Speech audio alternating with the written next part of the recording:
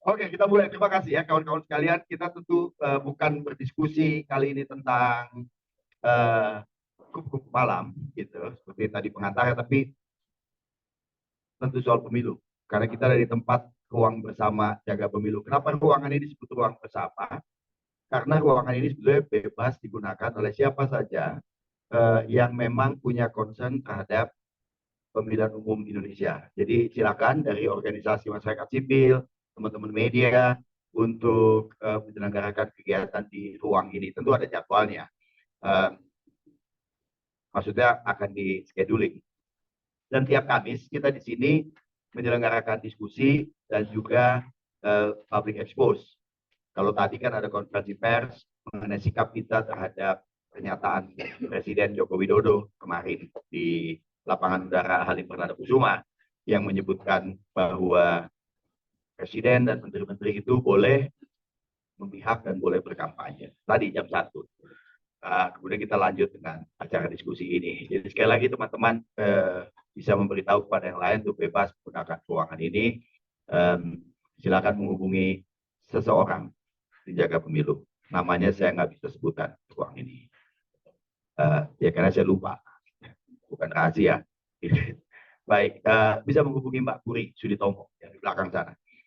Oke, diskusi kita sekarang ini mengalir aja. Maksud saya adalah kita akan lebih banyak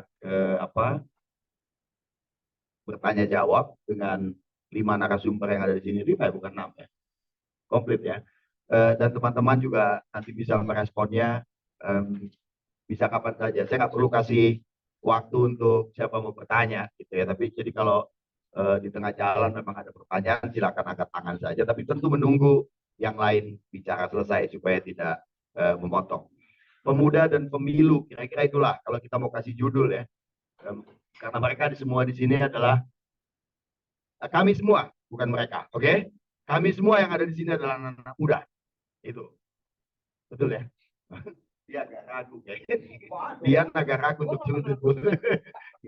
Ya, kami semua yang ada di sini anak-anak muda dan kami mau bicara mengenai pemilihan umum 2024. Satu hal yang saya kira perlu digarisbawahi, anak-anak muda atau istilah anak muda gitu ya. Pada pemilu ini kan begitu digaungkan. Sampai ada orang bikin atau kelompok bikin khusus partai khusus untuk anak-anak muda. Iya kan? Betul ya? Saya nggak kalau nggak salah keliru kan ada ya yang partai khusus anak muda. Ada yang kemudian juga menggolkan figur muda bahwa anak muda saat ini waktunya untuk memimpin dan cus kursi yang diincar sangat tinggi, kursi calon wakil presiden gitu. Eh, itu ambisi yang tentu serius dan cukup membanggakan dong buat anak-anak muda, ya kan? Nah, kita mau bicara di seputar itu. Juga anak-anak muda diharapkan banyak andil atau partisipasi dalam pemilu ini. Karena jumlah pemilihnya lebih dari 50%. Dan saya kira kalau kita track ke belakang, sepanjang pemilu apapun, sebetulnya jumlah pemilih pemuda, kaum muda, pasti lebih banyak. Karena memang statistik kependudukannya begitu.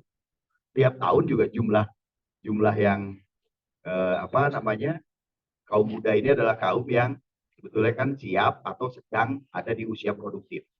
Jumlahnya selalu lebih tinggi. Karena kita belum masuk ke situasi negara seperti Jepang, Eropa, di mana jumlah orang tuanya jauh lebih banyak daripada jumlah orang mudanya karena eh, banyak yang tidak melahirkan lagi. Ya, jangan disalahartikan bahwa mereka tidak melakukan perbuatan seks ya. Hal itu kan nggak apa-apa ya, gitu kan. Tapi mereka tidak melahirkan lagi gitu. Kalau perbuatan tidak senonohnya boleh. Gitu. Itu kegiatan tidak produktif. Gitu. Karena tidak menghasilkan apa-apa. Nah, di depan kita ada jumlah orang-orang muda yang akan berbicara di ruangan ini juga saya nggak tahu yang di YouTube ya. Nah, di Zoom juga ada itu. Kalau di Zoom gampang tinggal acungkan tangan kalau mau ada pertanyaan. Yang di YouTube saya kira kirim ini aja PO Box ya, surat-surat gitu. Jadi jawab nanti. Dari sebelah kanan saya dulu Mbak Diani Awati, sebelah kanan saya paling persis adalah Mbak Isti Toka, seorang Gus Durian, ya, pendiri Pandai Indonesia. Tangan dong. Di sebelahnya Mbak Diani Awati, co-founder. Jadi kalau saya sebut Pandai Indonesia tadi namanya mungkin teman-teman bisa silakan browsing ya. Co-founder dari kawal17.id. Kabula, sorry kok kawal lagi. Kabula. Saya punya komen waktu itu. Saya baru ketemu Mbak Dian sore ini. Itu waktu dikasih tahu bahwa ada situs bagus namanya Kabula17 dan saya lihat rupanya saya sudah lihat. Begitu saya lihat browser ternyata sudah ada.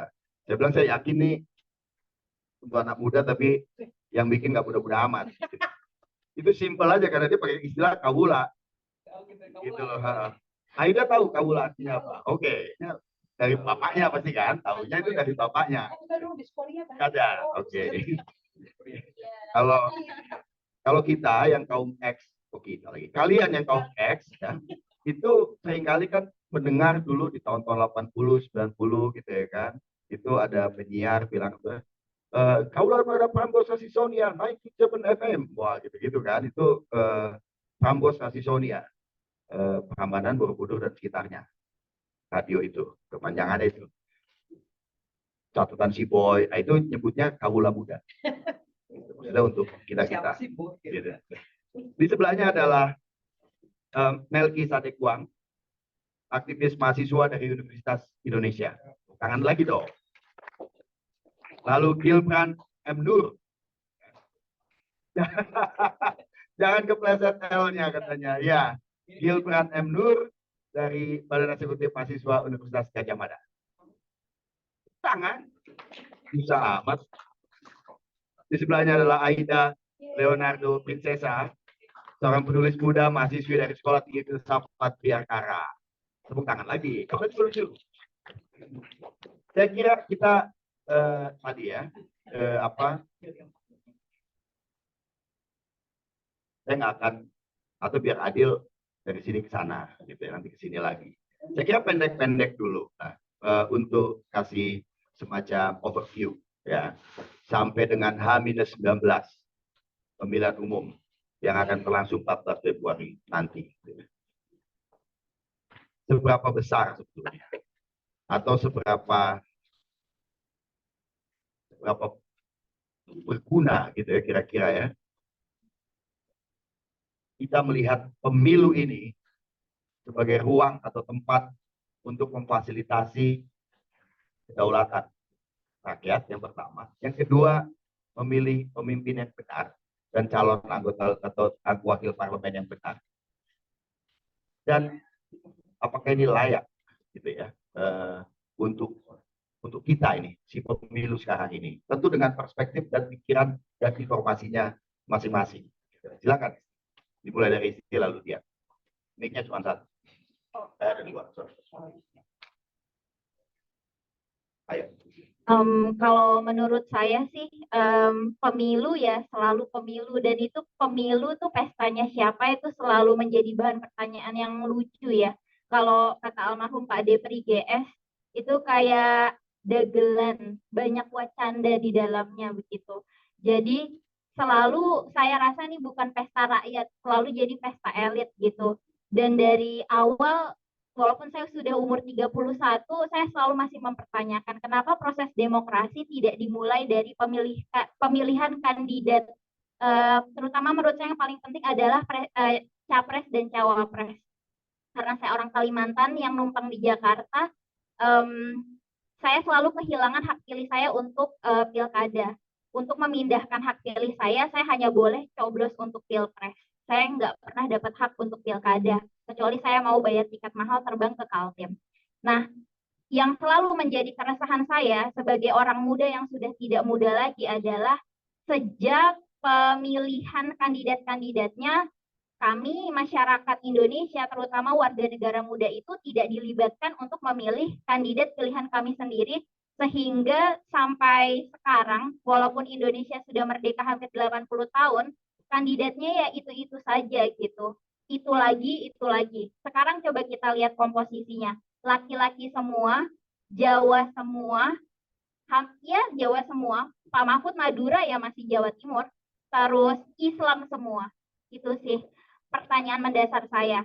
Tapi kembali lagi sebagai keluarga FISIP, saya dulu HI S1-nya, S2-nya saya Peace and Conflict Study, kita selalu mengingat bahwa demokrasi memang bukan sistem yang terbaik begitu. Tapi ya daripada kita nggak ikut milih dan suara kita disalahgunakan, ya udah gitu, choosing the best among the worst gitu. Kalau kata Gus Dur, pilih yang paling mending, bosoknya gitu, daripada nggak milih sama sekali terus hak pilih kita dipakai sama yang lain. Orang gila aja dimasukin loh ke DPT gitu. Kenapa saya yang alhamdulillah masih waras nggak pakai hak pilih saya? Itu aja sih, mungkin nanti Mas Alif atau teman-teman yang lain bisa bantu kasih masukan untuk pemilu ke depannya, bagaimana untuk pemilihan kandidat itu bisa warga Indonesia diikut sertakan gitu. Jadi tidak terbatas komposisinya seperti itu lagi begitu. Saya salut waktu narasi nge-up ada uh, uh, um, ada PRT yang ikut naik jadi caleg. Menurut saya yang seperti itu harus lebih di-up lagi. Yang seperti itu yang saya mau lihat ke depannya demokrasi di Indonesia. Makasih. Makasih, Isti. Paling enak kalau teman-teman yang lain juga bisa menanggapi teman-teman lainnya ya. Gitu. Kalau tidak bersepakat sama pernyataan Isti tadi, silakan. Jangan ragu-ragu gitu ya. Karena dia tidak berbahaya. Ini kan civic space ya.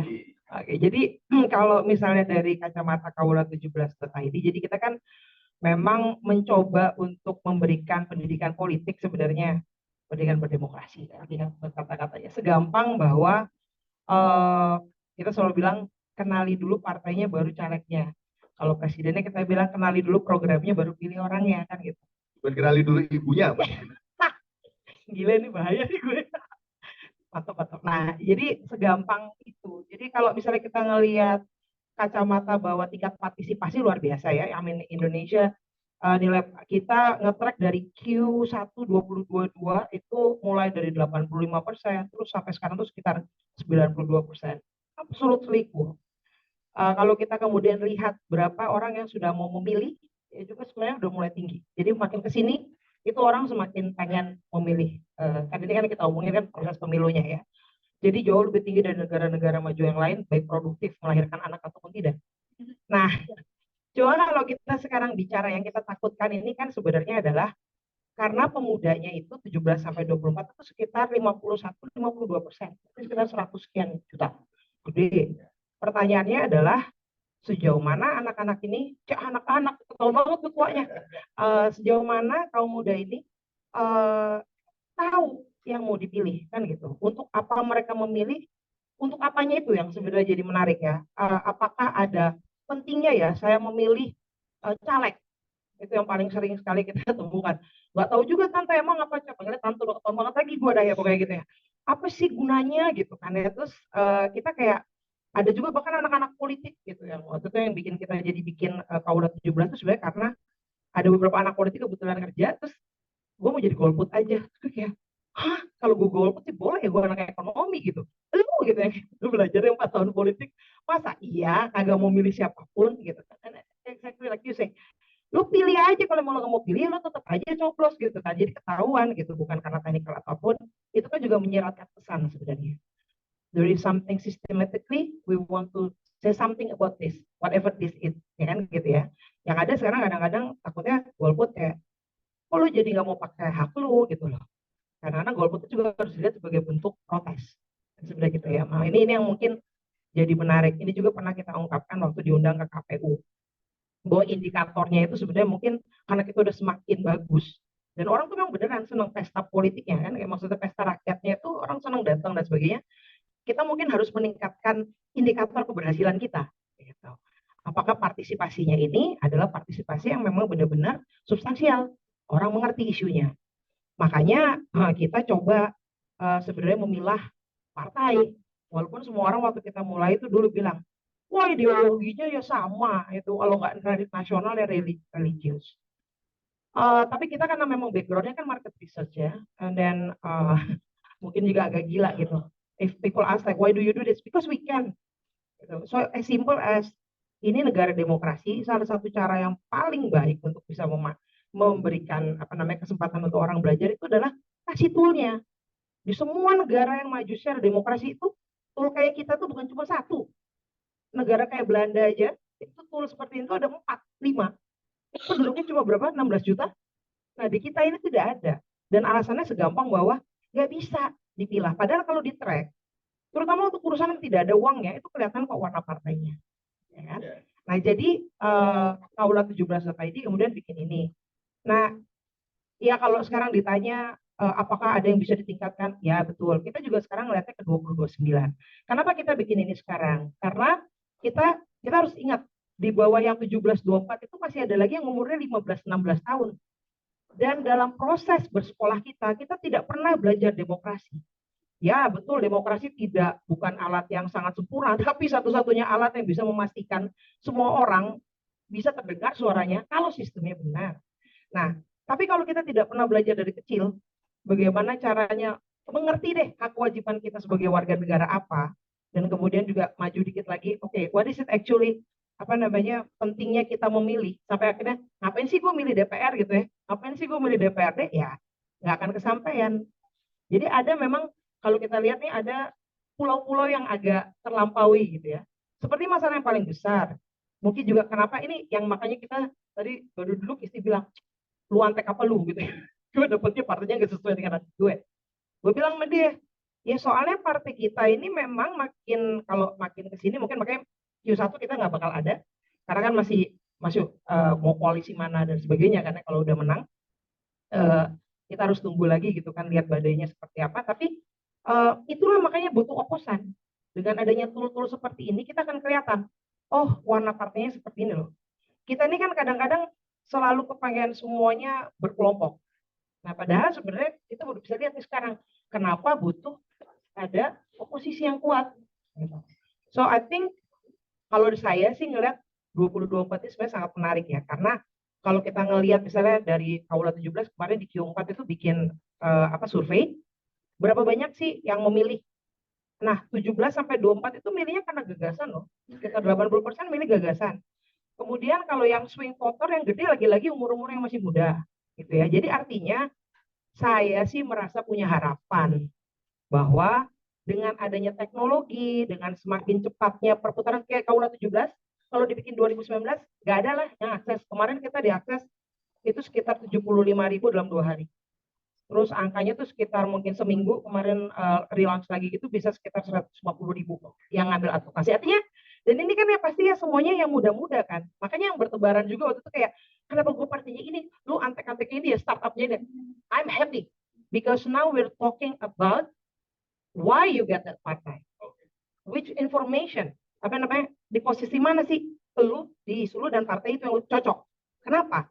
Dan kali ini kita baru mulai, kalau menurut aku sih kita udah mulai ngomongin, kan kita ributnya semua substansi, gitu. Jadi kalau kemarin identitas, and I'm happy now it is moving away from it.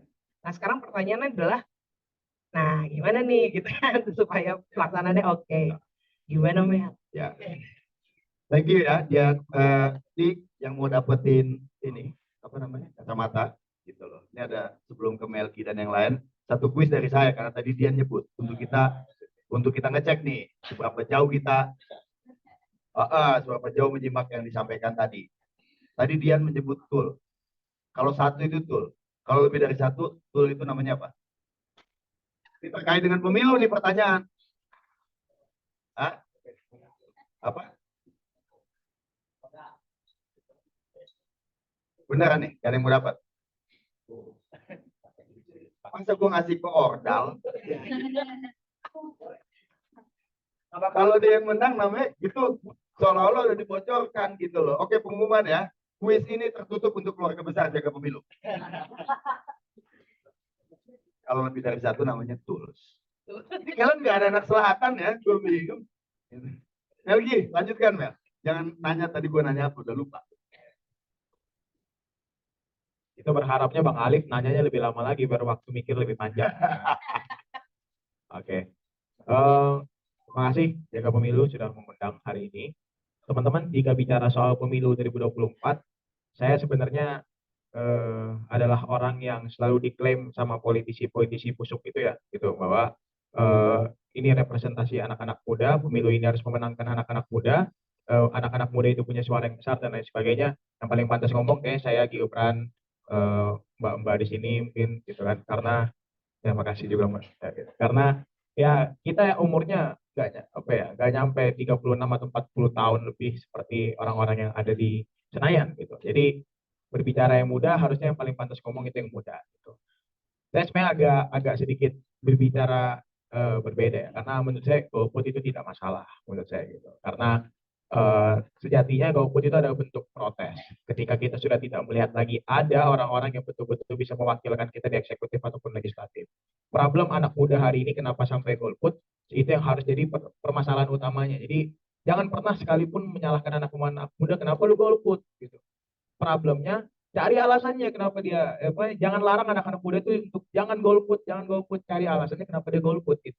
Sampai hari ini tulisnya masih minim untuk mengetahui orang-orang ini berkompetensi apa enggak gitu, punya kapabilitas apa enggak gitu, dan track recordnya bagaimana. Mungkin sampai hari ini kita masih belum mendapatkan informasi yang seutuhnya, dan terima kasih kepada banyak sekali website ataupun tools-tools yang sudah berusaha untuk menghadirkan itu pada publik gitu. Tapi sampai hari ini saya sudah berkeliling ke banyak tempat gitu. Kemarin sama Gibran ke Sulawesi, banyak orang yang di Sulawesi itu memilih 02 karena gemoy, memilih 01 karena Korea-Koreaan, memilih 03 karena penguin. Begitu. 01 Korea. Iya. Apa Koreanya? K-pop. Oke. Jadi yang Kalau hari ini selepetnya gue tahu, tapi kalau Koreanya belum pernah justru nonton. kalau selepet umurnya 40 ke atas. Asik. Gitu.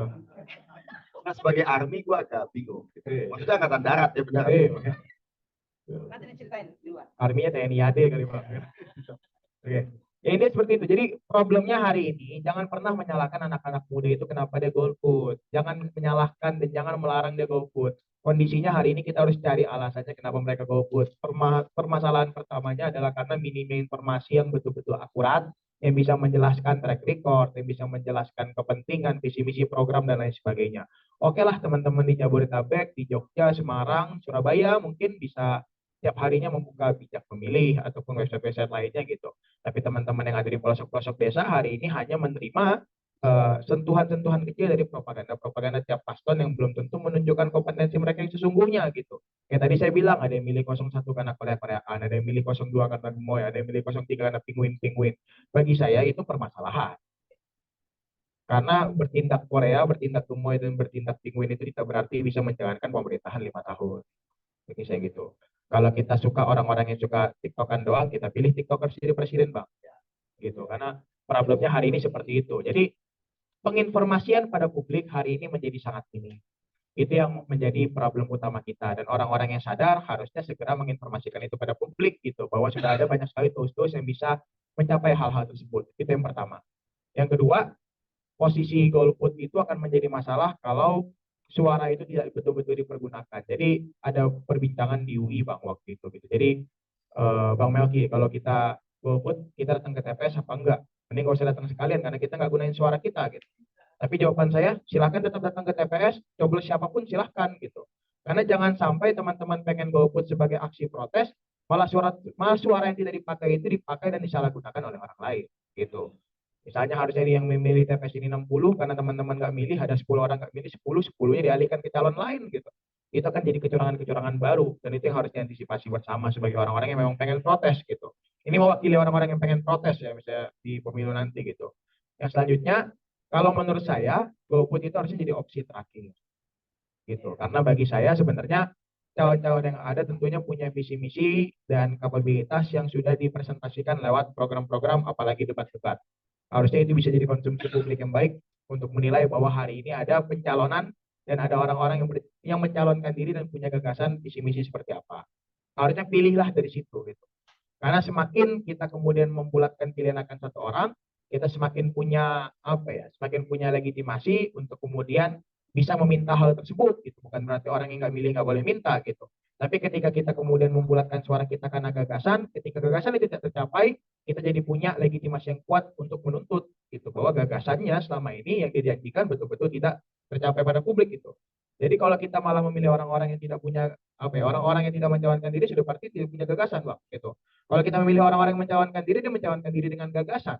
Jadi sudah pasti orang-orang yang kemudian mencalonkan diri gitu, ya bisa kita tagih gagasan-gagasannya selama pemilu. Gitu kan jadi poin-poin penting menurut saya gitu. Dan yang paling penting juga sebenarnya gini sih, anak muda jangan mau sekedar jadi barang jualan politik ya gitu. Jadi suara penting 50 ke atas persen itu harusnya kita pandang sebagai potensi besar gitu. Jadi anak-anak muda itu harus ambil peran di dalam proses pemilu yang jujur dan adil. Karena posisinya hari ini anak-anak muda yang paling banyak menjadi pemilih gitu. Masa depan itu di tangan anak-anak muda gitu. Dan masa depan itu hanya bisa terjamin jika proses demokrasi yang kemudian kita lembagakan lewat event bernama Pemilu 2024 itu bisa berlangsung dengan jujur dan adil dan melahirkan pemimpin yang hadir karena pemilu jujur dan adil.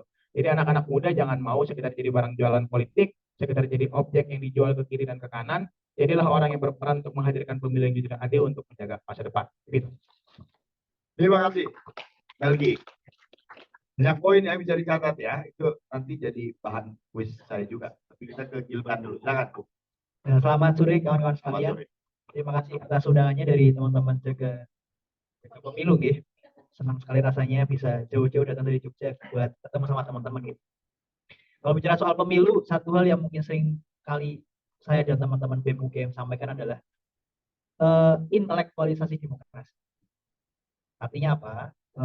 Kita merasa bahwa belakangan ini demokrasi kita sangat jauh dari kata intelektual. Kemarin saya sempat baca salah satu berita gitu kan. Salah satu lembaga negara namanya PPATK, Pusat Pelaporan Analisis Transaksi Keuangan, beliau melaporkan bahwa dari lembaga itu melaporkan bahwa ada 6.000 nomor rekening caleg yang dia secara signifikan meningkat secara menggebung gitu angkanya dalam rekening pribadi. Padahal menurut Banwaslu dan KPU, mereka sudah menyediakan yang namanya RKDK, rekening khusus dana kampanye, yang itu dimiliki oleh setiap parpol. Jadi kalau misal Bapak Ibu sekalian adalah caleg, Bapak Ibu nggak boleh menggunakan nomor rekening pribadi untuk menghimpun dana kampanye, nggak boleh. Harus lewat partai politik. Sedangkan menurut pengakuan Banwaslu dan KPU, RKDK masing-masing parpol itu angkanya dikit-dikit. Sedangkan kalau kita lihat, tadi saya lihat di Jalan Jakarta itu kan banyak banget baliho besar tapi gagasannya kecil. Banyak dan bendera-bendera banyak, balonya banyak. Kan. Kalau misal RKDK atau rekening khusus dana kampanyenya itu dananya dikit, terus uang dari mana tuh? Yang digunakan untuk baliho dan berbagai macam bendera ini. Tentu lewat rekening pribadi. Gitu. Padahal itu melanggar peraturan. Bahkan uniknya adalah PPATK menemukan satu informasi unik. Ada salah satu rekening dari caleg itu dia mencairkan dana sebanyak 124 miliar dan dipecahkan ke uang 20.000 dan uang 50.000. Kalau bukan untuk money politik, buat apa lagi? Dan itu baru satu nomor rekening. Ada 6.000 nomor rekening gitu. 6.000 caleg, 6.000 rekening caleg yang digunakan untuk money politik. Dan saya melihat ini adalah wujud sistematis kawan-kawan sekalian. Kenapa? Saya curiga bahwa pemerintah memang secara sengaja memelihara kebodohan masyarakat. Agar apa? Agar para kontestan politik ini gampang memperoleh suara setiap 5 tahun sekali datang ke desa yang sama. Memberikan amplop. Setiap 5 tahun sekali mereka datang ke desa-desa, ke ceruk-ceruk suara untuk membagikan uang-uang itu. Gitu.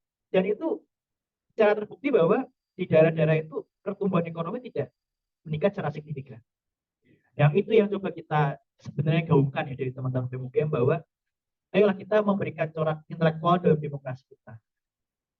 Sehingga 2024 ini jangan hanya sekadar memilih, tetapi juga memilih dan memilah. Kalau memilih, orang yang nggak baca visi misi pun juga bisa memilih. Tapi kalau memilah, itu beda lagi, the next level of memilih. Mari kita bedakan kontestan politik yang dia bego, yang dia melanggang ke gelanggang perpolitikan hanya karena modal kapital besar, atau kita bisa memilah calon kontestan politik yang dia benar-benar mampu menjawab permasalahan yang ada. Karena ya 2024 mau bagaimanapun juga merupakan salah satu cara melengsarkan kekuasaan dengan cara yang paling konstitusional kan, meskipun ada salah satu calon yang inkonstitusional juga gitu kan. Jadi itu dua concern utama kita. Yang pertama soal intelektualisasi demokrasi, yang kedua kampanye bahwa ya 2024 jangan hanya sebatas memilih, mari memilah, sisihkan. Karena sekarang kan banyak banget tuh baliho yang di sana ya minim gagasan lah. Para kontestan politik itu cuma memaparkan, menampilkan berbagai macam pose dan gaya, mulai dari ragam kepala tangan nasionalis sampai ragam busana Islami, semua dipaparkan hanya buat mencari ceruk suara gitu kan. Dan untuk anak muda mungkin ya kita jangan hanya sebatas memilah ya. Anak muda punya andil besar gitu kan. Kita perlu untuk menjadi sarana menyebarkan virus-virus intelektualisasi demokrasi. Pastikan bahwa karena kan kadang ceruk terkecil dari sosial kita adalah keluarga gitu. Seminimal-minimalnya ada grup keluarga besar, seminimal-minimalnya ada grup keluarga gitu kan. Kadang kan di situ transaksi informasi berjalan secara liar gitu. Nah, salah satu cara yang paling mudah buat anak muda adalah ya menebarkan berbagai macam informasi yang tepat dan benar. Sembari ya tadi mengajak lingkup sosial kita yang paling kecil untuk ayo kita memilih dengan cara yang memilah gitu. Pastikan bahwa 2024 tidak hanya partisipasi yang meningkat, tapi secara kualitas suara itu juga meningkat. Saya pernah ngobrol dengan salah satu komisioner KPU. Beliau tanya kepada saya bagaimana mas cara meningkatkan partisipasi pemilu 2024. Saya malah justru menanyakan kepada komisioner itu, Pak, jangan cuma sekadar menanyakan bagaimana cara meningkatkan partisipasi pemilu, tapi bagaimana cara meningkatkan kualitas suara pemilu. Artinya meningkatkan kualitas suara itu ya setiap personal itu memilih atas dasar apa? Atas dasar jogetannya kah? Gitu. Atas dasar selepetannya kah? Atau atas dasar joggingnya kan? Beda-beda. Jadi kualitas suara itulah yang mungkin menjadi salah satu concern selain intelektualisasi demokrasi dan mari memilah, jangan memilih. Gitu mas. Terima kasih Bu Ilba. Tarik ya. Sebelum ke Aida ya, saya karena mumpung Aida pakai high heel gitu, saya akan tanya nanti mengenai hak pilih ya. Kan hak high heel. Oke, bisa dong. Apa sih esensinya kayak gitu. Tapi sebelum itu, karena kita udah menyimak dua, biar nggak lupa nih, bisa kita buka lagi putaran kedua ya. Seputar pemilu, tentu saja. Teman-teman tahu bundaran HI kan? Kalau kita puterin bundaran HI 4 kali, itu jatuhnya spooky. Kenapa? Dari arah mana dulu? Bebas. Dapat. Tepuk tangan buat dia. Bundaran HI kalau 4 kali itu jadi. Nah. Oke, silakan. Dipakai dong, Mas. Namanya siapa, Om? Terima kasih. Tepuk tangan buat Bowo. Hah? 4 kali. Ya, oke. Oke, Bowo. Oke. Kamu nggak bocorin dia kan? Donor andalan.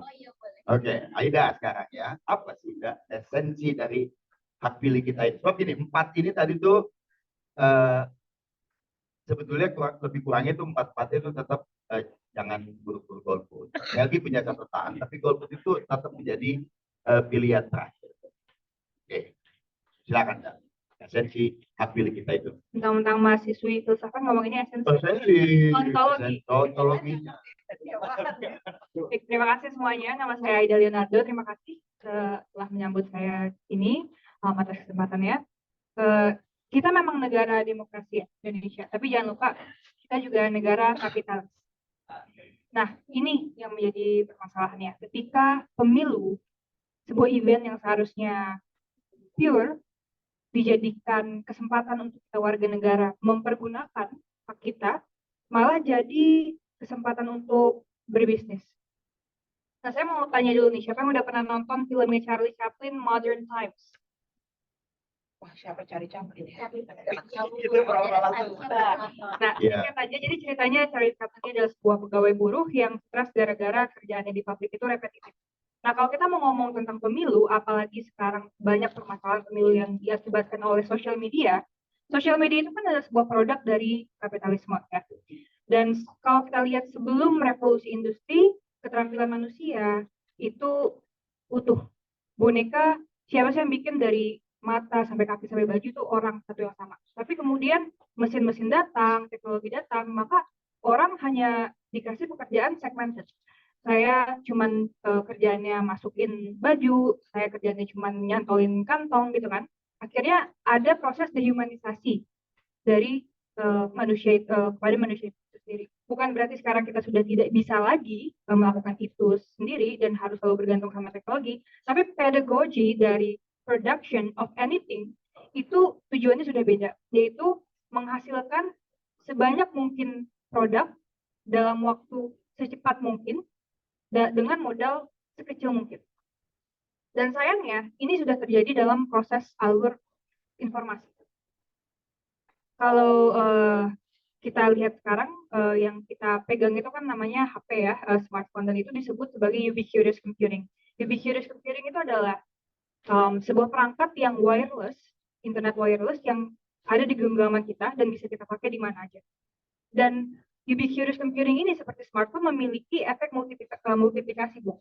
Jadi tadinya produksi yang satu rentengan cuma menghasilkan beberapa produk, kalau dalam arus informasi di Twitter, di TikTok, di YouTube, itu setiap retweet, setiap share itu bercabang-cabang kan. Dan bahkan kalau kita nge-share ke WhatsApp, menurut riset kalau kita nge-share informasi kepada teman terdekat itu efeknya 4 kali atau 5 kali lebih maksimal, pokoknya lebih berdampak daripada kalau misalnya kita cuma ngelihat di sosial media. Tapi intinya dengan maraknya arus informasi ini, yang saya khawatirkan adalah esensi dari hak pilih kita itu jadi luntur. Karena kalau kita lihat apa sih sebenarnya fungsi dari pemilu, kalau kata Pak Yudi Latif dari artikelnya kan ada dua fungsi pemilu.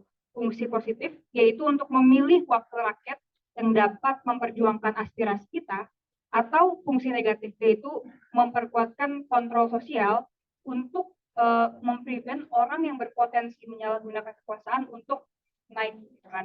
Nah, itu ada dua fungsi. Tapi fungsi ini hanya bisa terpenuhi kalau warganya bukan cuma punya akses terhadap informasi yang baik, bukan cuma punya kemampuan untuk memilih dan memilah, tetapi juga punya kesadaran moral untuk memilih dan memilah yang benar. Jadi ada intelektualisasi pemilu, tapi ada juga integritas moral. Nah, ini menurut saya dengan maraknya komodifikasi, ini sudah luntur esensi dari hak pilih kita sendiri. Yang tadinya bertujuan untuk mewujudkan visi misi bersama menjadi urusan privat pribadi yang seolah-olah bisa kita gunakan semena-menanya, maupun itu untuk dikomodifikasi. Dan kalau kita baca teorinya Roland Barthes ya tentang komunikasi, yaitu sebuah produksi dan konsumsi tanda-tanda atau simbol-simbol, nggak heran maka di sosial media banyak sekali simbol-simbol, tanda-tanda, gimmick-gimmick yang seperti dibilang tadi sama Melky, penguin lah, SKSD sama K-pop lah, atau ya gemoy-gemoy, karena memang informasi itu sudah menjadi barang yang dikomodifikasi dan produknya adalah apa? Produknya adalah pilihan pemilu kita. Itu yang akhirnya menjadi hasil dari giringan-giringan opini itu. Nah kan ibaratnya sedih ya, esensi hak pilih kita yang sebenarnya diharapkan sebagai cara kita untuk mewujudkan, mengejawantahkan hak kita dan juga aspirasi kita hanya menjadi produk dari komodifikasi informasi. Dan itu sangat-sangat mencemaskan. Lalu pertanyaan kedua, apakah masyarakat Indonesia mampu untuk membedakan antara realitas dengan representasi simbolik? Pada kenyataannya tidak.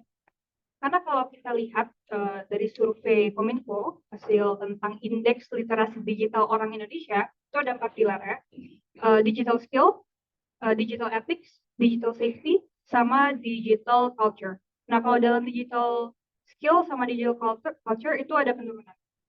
Artinya dalam penggunaan alat elektronik dan juga kemauan anak Indonesia untuk warga Indonesia untuk menyebarluaskan budaya-budaya Indonesia di sosial media itu menurun. Tapi secara safety dan secara etik sebenarnya ada kenaikan. Dalam arti ada kesadaran mempergunakan sosial media secara etikal, seperti tidak ngebocorin alamat orang, atau misalnya melihat apakah ini email phishing atau gimana. Kalau dilihat dari indeks itu tampaknya nggak seberapa mencemaskan. Tapi literasi digital itu beda dengan critical thinking. Critical thinking itu apa sih? Critical thinking itu adalah kedisiplinan diri dan kemampuan diri untuk mencerna informasi, membuat argumen secara logika, membuat strategi atau solusi yang dapat dipertahankan, dan juga membuat keputusan yang bisa dipertanggungjawabkan. Dan itu mungkin kalau dalam bahasa Gilbert memilahnya itu ya.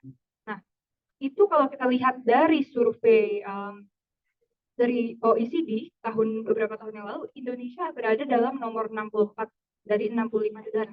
Oke, oh, mantep dong, 2. Peringkat nomor 2 kan berarti dari bawah. Itu kan soal cara pandang, Kak. Boleh.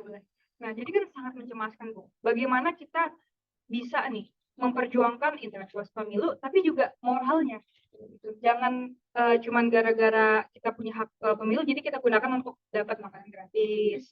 Atau dan itu kan sebenarnya sama tokoh-tokoh populis bisa dipergunakan, Bu, melalui politisasi bansos, melalui program-program yang memang sangat menargetkan isu-isu yang sangat relevan oleh anak muda, misalnya tentang peluang kerja atau tentang pangan gitu kan.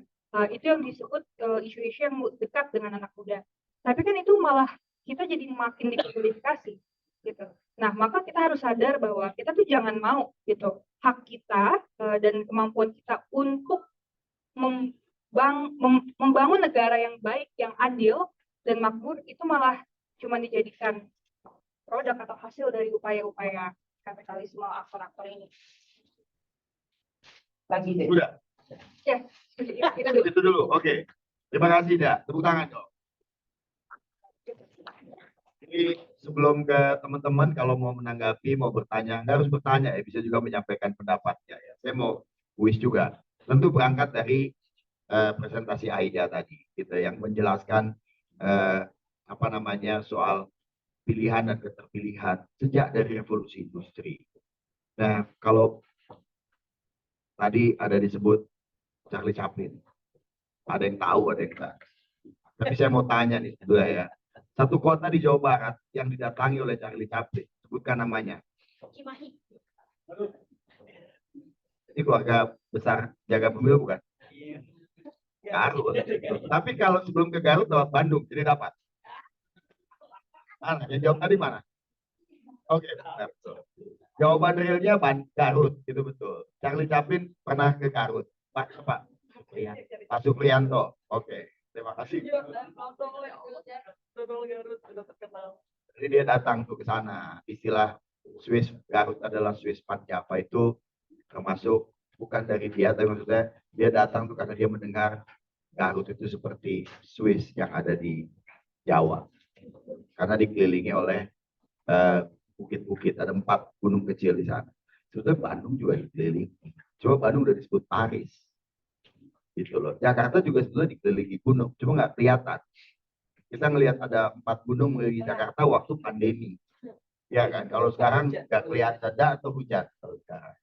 Oke, teman-teman sekalian, mari kita berdiskusi dengan mereka berlima. Barangkali dari dan begini.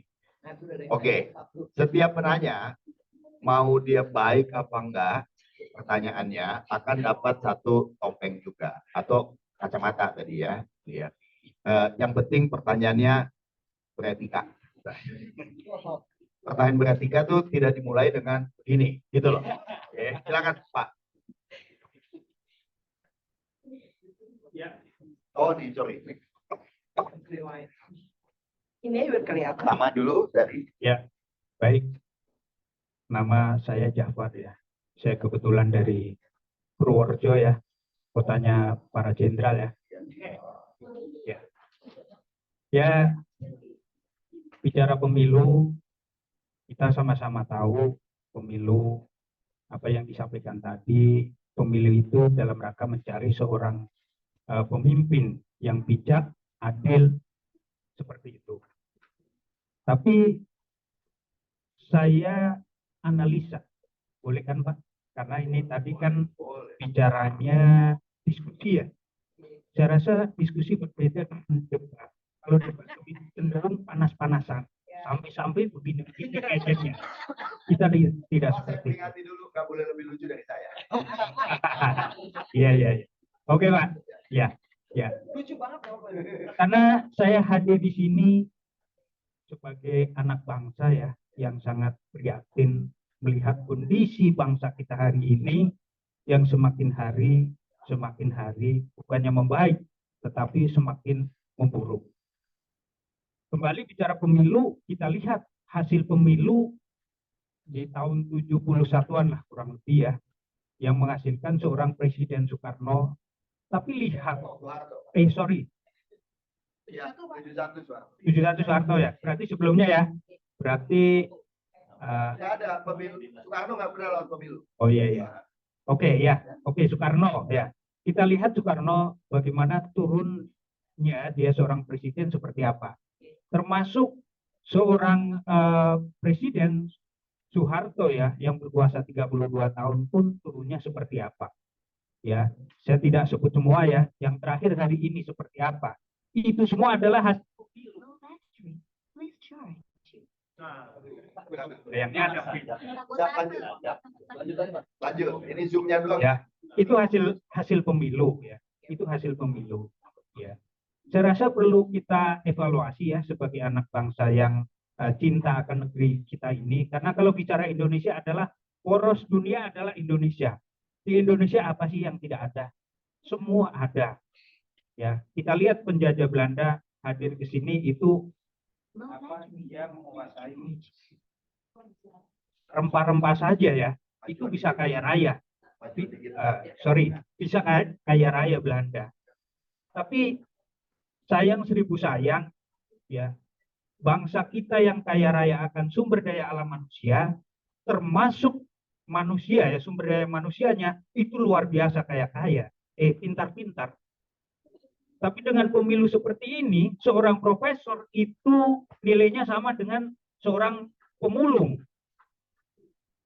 Itu fakta. Saya bicara fakta, saya bukan mengada-ada. Artinya mari kita sama-sama sebagai anak bangsa untuk mengevaluasi itu.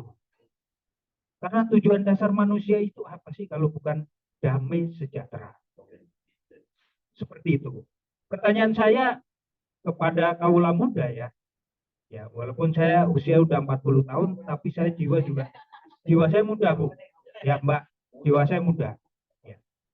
Karena saya kemarin pun baru ketemu juga sama seseorang ya, karena saya pun hari ini sedang roadshow juga ya kepada stakeholder bangsa ini ya, untuk menawarkan solusi alternatif. Harus ada solusi alternatif. Karena kalau sebenarnya bicara sistem dunia hari ini kan cuma dua, sistem timur dan sistem barat. Tapi apakah sistem timur dan barat hari ini bisa menciptakan perdamaian dunia? Ternyata tidak. Berarti harus ada sistem alternatif. Pertanyaan saya itu tadi ya, bagaimana dengan pemilu hari ini yang menghasilkan seorang pemimpin yang sama-sama kita tahu hari ini. Kalau bicara keadilan, apa yang disampaikan Bapak tadi ya, pembawa acara yang presiden kita ya, dia bicara seperti apa. Ya. Itu kan presiden yang pertama bicara bahwa seorang presiden Indonesia itu mau dan siap berbuat adil. Tapi buktinya seperti apa? Ya, oke, itu aja. Jadi saran saya mesti ada solusi alternatif dengan carut-marut yang semakin hari semakin memanas, bukan semakin membaik. Ya, oke. Itu yang akan kita coba cari ikhtiar kita bersama. Satu lagi biar oke. Tiga malah. Mbak Fiona, silakan. Good. Biar dong, biar muncul di ini. Oke, maju. Pakai background? Nggak usah, kirain Bu pakai background jalan ke depannya gitu. Silakan. Ya, Ya, ini. PV. Ya, silakan. Ya, terima kasih. Halo. Ya. Kedengaran ya? Dengar. Ya, terima kasih kesempatannya. Halo semuanya, salam kenal. Saya Fiona dari pilihyangbbener.id atau goodkan.id ya. Nah, menarik sekali, saya ada beberapa pertanyaan nih kalau boleh ya. Pertama, tadi dengan maaf Iya. Mbak Dia ya. Tadi saya sangat tertarik, Mbak Dia bilang masyarakat itu kurang sadar pentingnya memilih misalnya caleg karena tidak ada edukasi politik sejak kecil ya. Oh enggak. Atau bilang gitu. jadi Dia gimana? bilang, bukan masalah, malah justru terlalu sadar pentingnya caleg. Kadang-kadang jadi tidak sadar kenapa ada partai. Kenapa ada partai? Padahal caleg itu sendiri kadang-kadang bukan sekali kita disuruh, tolong dong ngeliatin caleg mana yang bersih. Jawaban saya selalu adalah, masalah saya kalau besok dia korupsi siapa yang mau tahu, Bu? Itu kan, makanya kalau kita justru bilang di mana-mana ya, kalau saya bukan anak politik, so please correct me if I'm wrong. But I think to have a good system of democracy, kita juga perlu punya partai yang memang benar-benar punya stand. Nah, partai di Indonesia ini kan masalahnya punya stand, tapi kadang-kadang, jadi pertama mau saya menjawab ya. Jadi panjang ya gue Kak. Jadi kalau kita mau partai dulu Kak, baru caleg. Oke. Makanya kita mau ada caleg ya. Silakan. Jadi kalau bisa Oke, partai. di caleg, boleh Ya. kita nanti ngobrol. Biar kolaborasi tuh. Jadi mau ke Anak muda, anak muda. Jadi maksudnya tadi yang edukasinya Iya. itu untuk anak-anak itu edukasi apa tuh Mbak? Oke. Oh, belum Oke, salah. itu pertanyaan. Iya, itu edukasi apa buat anak-anak ya? Oke. Dan kalaupun ada edukasi, kalau menurut Mbak harusnya mulai dari mana levelnya? Karena kita tahu ya anak zaman dulu sama zaman sekarang beda ya. I love question. Kalau zaman dulu saya SD ya masih mainnya beda ya, tapi anak zaman sekarang SD pun sudah udah jago-jago, udah pintar-pintar ya. Oke. Lalu untuk Kamelki, ya satu dapat ya, beberapa aja sih. I'm so happy. Kamelki tadi kan menyebut kita perlu mencari tahu alasan, the underlying problem, kenapa anak muda itu mau golput. Nah, kalau kita kan menebak-nebak ya, yang tua-tua menebak-nebak, tua-tua berjiwa muda ya, menebak, tapi kan kita tidak tahu persisnya sebenarnya apa yang di hati kalian. Kayak saya ketemu beberapa anak muda, mereka benar-benar cuek, mau diajak ngomong, kayak mantul aja gitu ya. Oh, saya nggak mau milih, pokoknya saya nggak mau milih, saya maunya golput. Nggak bisa digali gitu loh, kenapa mereka nggak mau memilih. Nah, mungkin dari teman-teman di sini ya, yang mewakili nih Gen Z apa milenial Mas? Gen Z ya. Yang mewakili Gen Z, kalau dari Mas sendiri, apa sih yang menyebabkan seseorang itu golput? Paling nggak bisa share dulu di sini ya. Kalau kita tahu masalahnya, titiknya kan kita bisa berangkat dari situ ya. Terus untuk Mas Gilbert, tadi saya setuju sekali yang Mas bilang kita perlu memilah ya, critical thinking ya kata Mbak ini ya. Nah, untuk memilah ini ada nggak sih dari Gen Z ya keinginan untuk memilah itu ya? Memang baiknya kan seperti itu, tapi ada nggak keinginan, kesadaran untuk melakukan itu?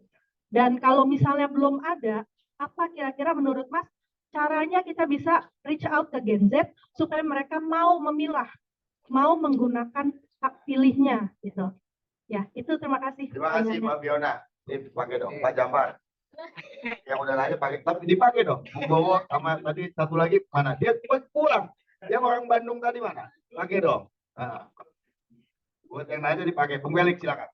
Lalu tadi beli yuk ya. Atau ada tambahan lagi silakan. Terima kasih, Bung Alif.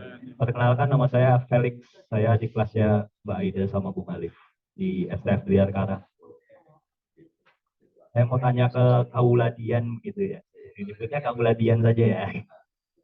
Tadi menarik gitu ya bahwa ada data ternyata anak-anak muda itu lebih banyak lebih banyak swing votersnya. Dua, kalau saya tidak salah dengar ya, itu lebih ingin menggali informasi begitu ya. Tetapi kalau tadi dari Aida sendiri, risetnya adalah literasi digital, critical thinking kita itu nomor 2 dari 65 negara. Paling bawah maksudnya. Menegaskan. Ya, menegaskan ya paling bawah berarti. Nah, kok saya jadi pesimis begitu ya? Maksudnya keinginan itu sudah ada begitu ya. Oke gitu baik. Tapi kemudian apa sih yang akhirnya bisa membuat itu lagi meningkatkan tools mungkin ya? Saya tanya tools apa sih yang mungkin dari Kaula 17 gitu ya, bisa ada kan, agar kita tuh bisa meningkatkan itu loh, critical thinking dan semacamnya. Ya oke, tapi ini waktunya memang tidak tinggal 19 hari lagi, kita mau seperti apa gitu. Itu pertanyaan saya pertama gitu. Lalu saya mau cerita dikit gitu ya, soal tadi Mas Gibran ngomong soal edukasi ya. Jadi saya tuh pernah turun ke lapangan di sebuah kampung kumuh di bantaran kali. Itu ada sekitar 150 kakak. Berarti otomatis DPT-nya bisa sampai 300 lebih ya. Dan itu, dia itu di backing oleh salah satu caleg. Nah sekarang sudah jadi DPRD Jakarta, akan maju ke DPR RI. 5 tahun dia jadi DPRD, dia akan menjanjikan bahwa, oh ini nanti saya akan buat baik dan semacamnya. Dan katanya warga-warga di sana pilih orang ini. 5 tahun berlalu, tidak terjadi perubahan. Dan sorry, agak keras. Bodohnya adalah ketika ditanya lagi, kamu mau pilih dia lagi? Iya, kenapa? Karena dia menjanjikan akan memperbaiki desa, memperbaiki rumah kami dan semacamnya. Bagaimana menanggapi mereka gitu ya? Ya karena soal edukasi gitu ya, kita juga harus melihat landscape Indonesia kan di pelosok dan semacamnya. Ini di Jakarta loh Mas, di daerah Pulau Mas. Itu sih, terima kasih. Dipakai dong, ya. Yang udah nanya dipakai. Satu ini dulu. Ada juga dia pakai dulu sebelum nanya ini. Gitu, Bu. Pastinya pakai QC dong, quality control. Selamat siang semuanya. Perkenalkan saya Fadli dari Bekasi. Sebenarnya saya ingin bertanya soal Jauh-jauh datang, kenapa nggak live streaming aja? Aku bisa teriak, saya baru tahu teriak. Nggak apa-apa, bagus Pak. Kok malah diskorin sih? Ya, sebenarnya saya ingin bertanya jadi karena tadi soal PJJ Pak Japan, ya maksudnya semenjak 1971 sampai dengan ini kita mengadakan sebuah pemilu, ya.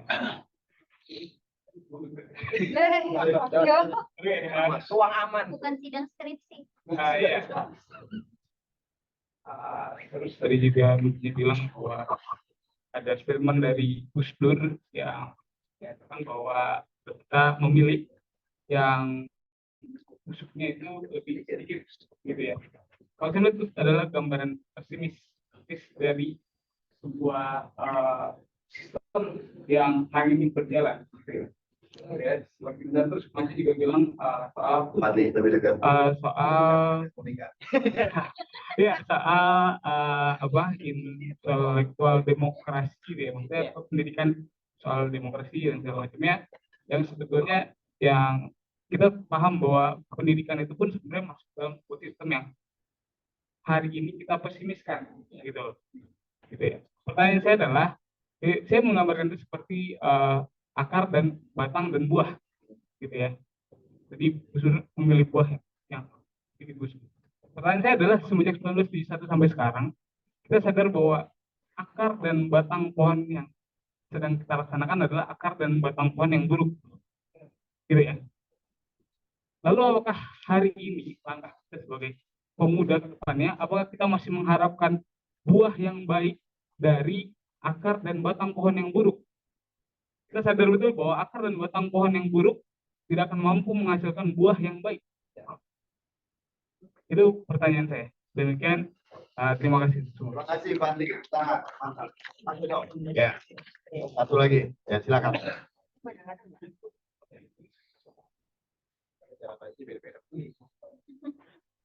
Jawabannya dijawab. Jadi ini kalau boleh. Oke. Enggak, biar masuk Zoom, biar kelihatan. Iya kan? TV. Masuk di sini. Baik, perkenalkan nama saya Jenal dari Tambora. Oh, Tambora. Ya, jangan tuh kalau Tambora kembangan. Baik, alhamdulillah saya bisa bersuara, karena kan katanya suara rakyat suara Tuhan. Tapi saya bicaranya 5 tahun sekali. Itu pun di kotak pakai paku. Gimana saya mau ngomong? Oh, kalau Tuhan ngomong tiap hari lu Nah, takut. jadi saya mau ngomong nih, alhamdulillah nih ada tempatnya kan. Saya mau ngomong bagaimana kan, pakai waktu ngomong gimana kan gitu. Jadi gini, tadi dari saya dari 94 sampai mau besok nih 2024 pemilihan umum nih. Tadi kalau Mbak Isti bilang demokrasi itu bukan sistem terbaik juga kan? Bagian ya, jadi bagian bilang apa? Kita harus benar-benar mengenali dulu programnya. Ya, nggak? Apakah di dalam Pancasila itu ada yang kelima sudah jelas tujuannya kan keadilan sosial bagi seluruh rakyat Indonesia. Kenapa nggak pakai itu aja gitu program-program? Satu program, jadi nggak usah ada paslon-paslon. Karena setiap paslon kan punya banyak program. Nah, jadi saya nih mungkin beberapa kali pemilu, pokoknya pulang hitam jadi saya gitu kan. Ungu ya. Pokoknya pulang hitam nggak tahu deh. Pokoknya pulang saya hitam. Itu bukan TPS training. Pokoknya pulangnya saya hitam ya. Ada. Makanya tadi beberapa status WA saya banyak juga teman-teman bilang, lu kecewa banget kayaknya gitu dengan konten ini. Lu golput ya? Ya enggak juga. Saya pengen bikin baru, golongan hitam ya. Golput banyak ya kan. Jadi golput belum ada nih kan gitu. Jadi kalau kata Bang Melkisedek ya, ada kesempatan golput nih ke depan nih karena saya benar-benar memilih program ketiga paslon ini. Ngapain kan? Sudah jelas kok kita di poin kelima Pancasila untuk keadilan sosial rakyat Indonesia. Pertanyaan saya, ke depan dari tiga paslon ini, apakah generasi saya, anak-anak saya atau yang lain bisa dikatakan generasi emas atau generasi cemas? Itu aja, Bu. Ya, Demikian. terima kasih. Coba pakai ya, biar enak waktu jawab. Ada satu lagi.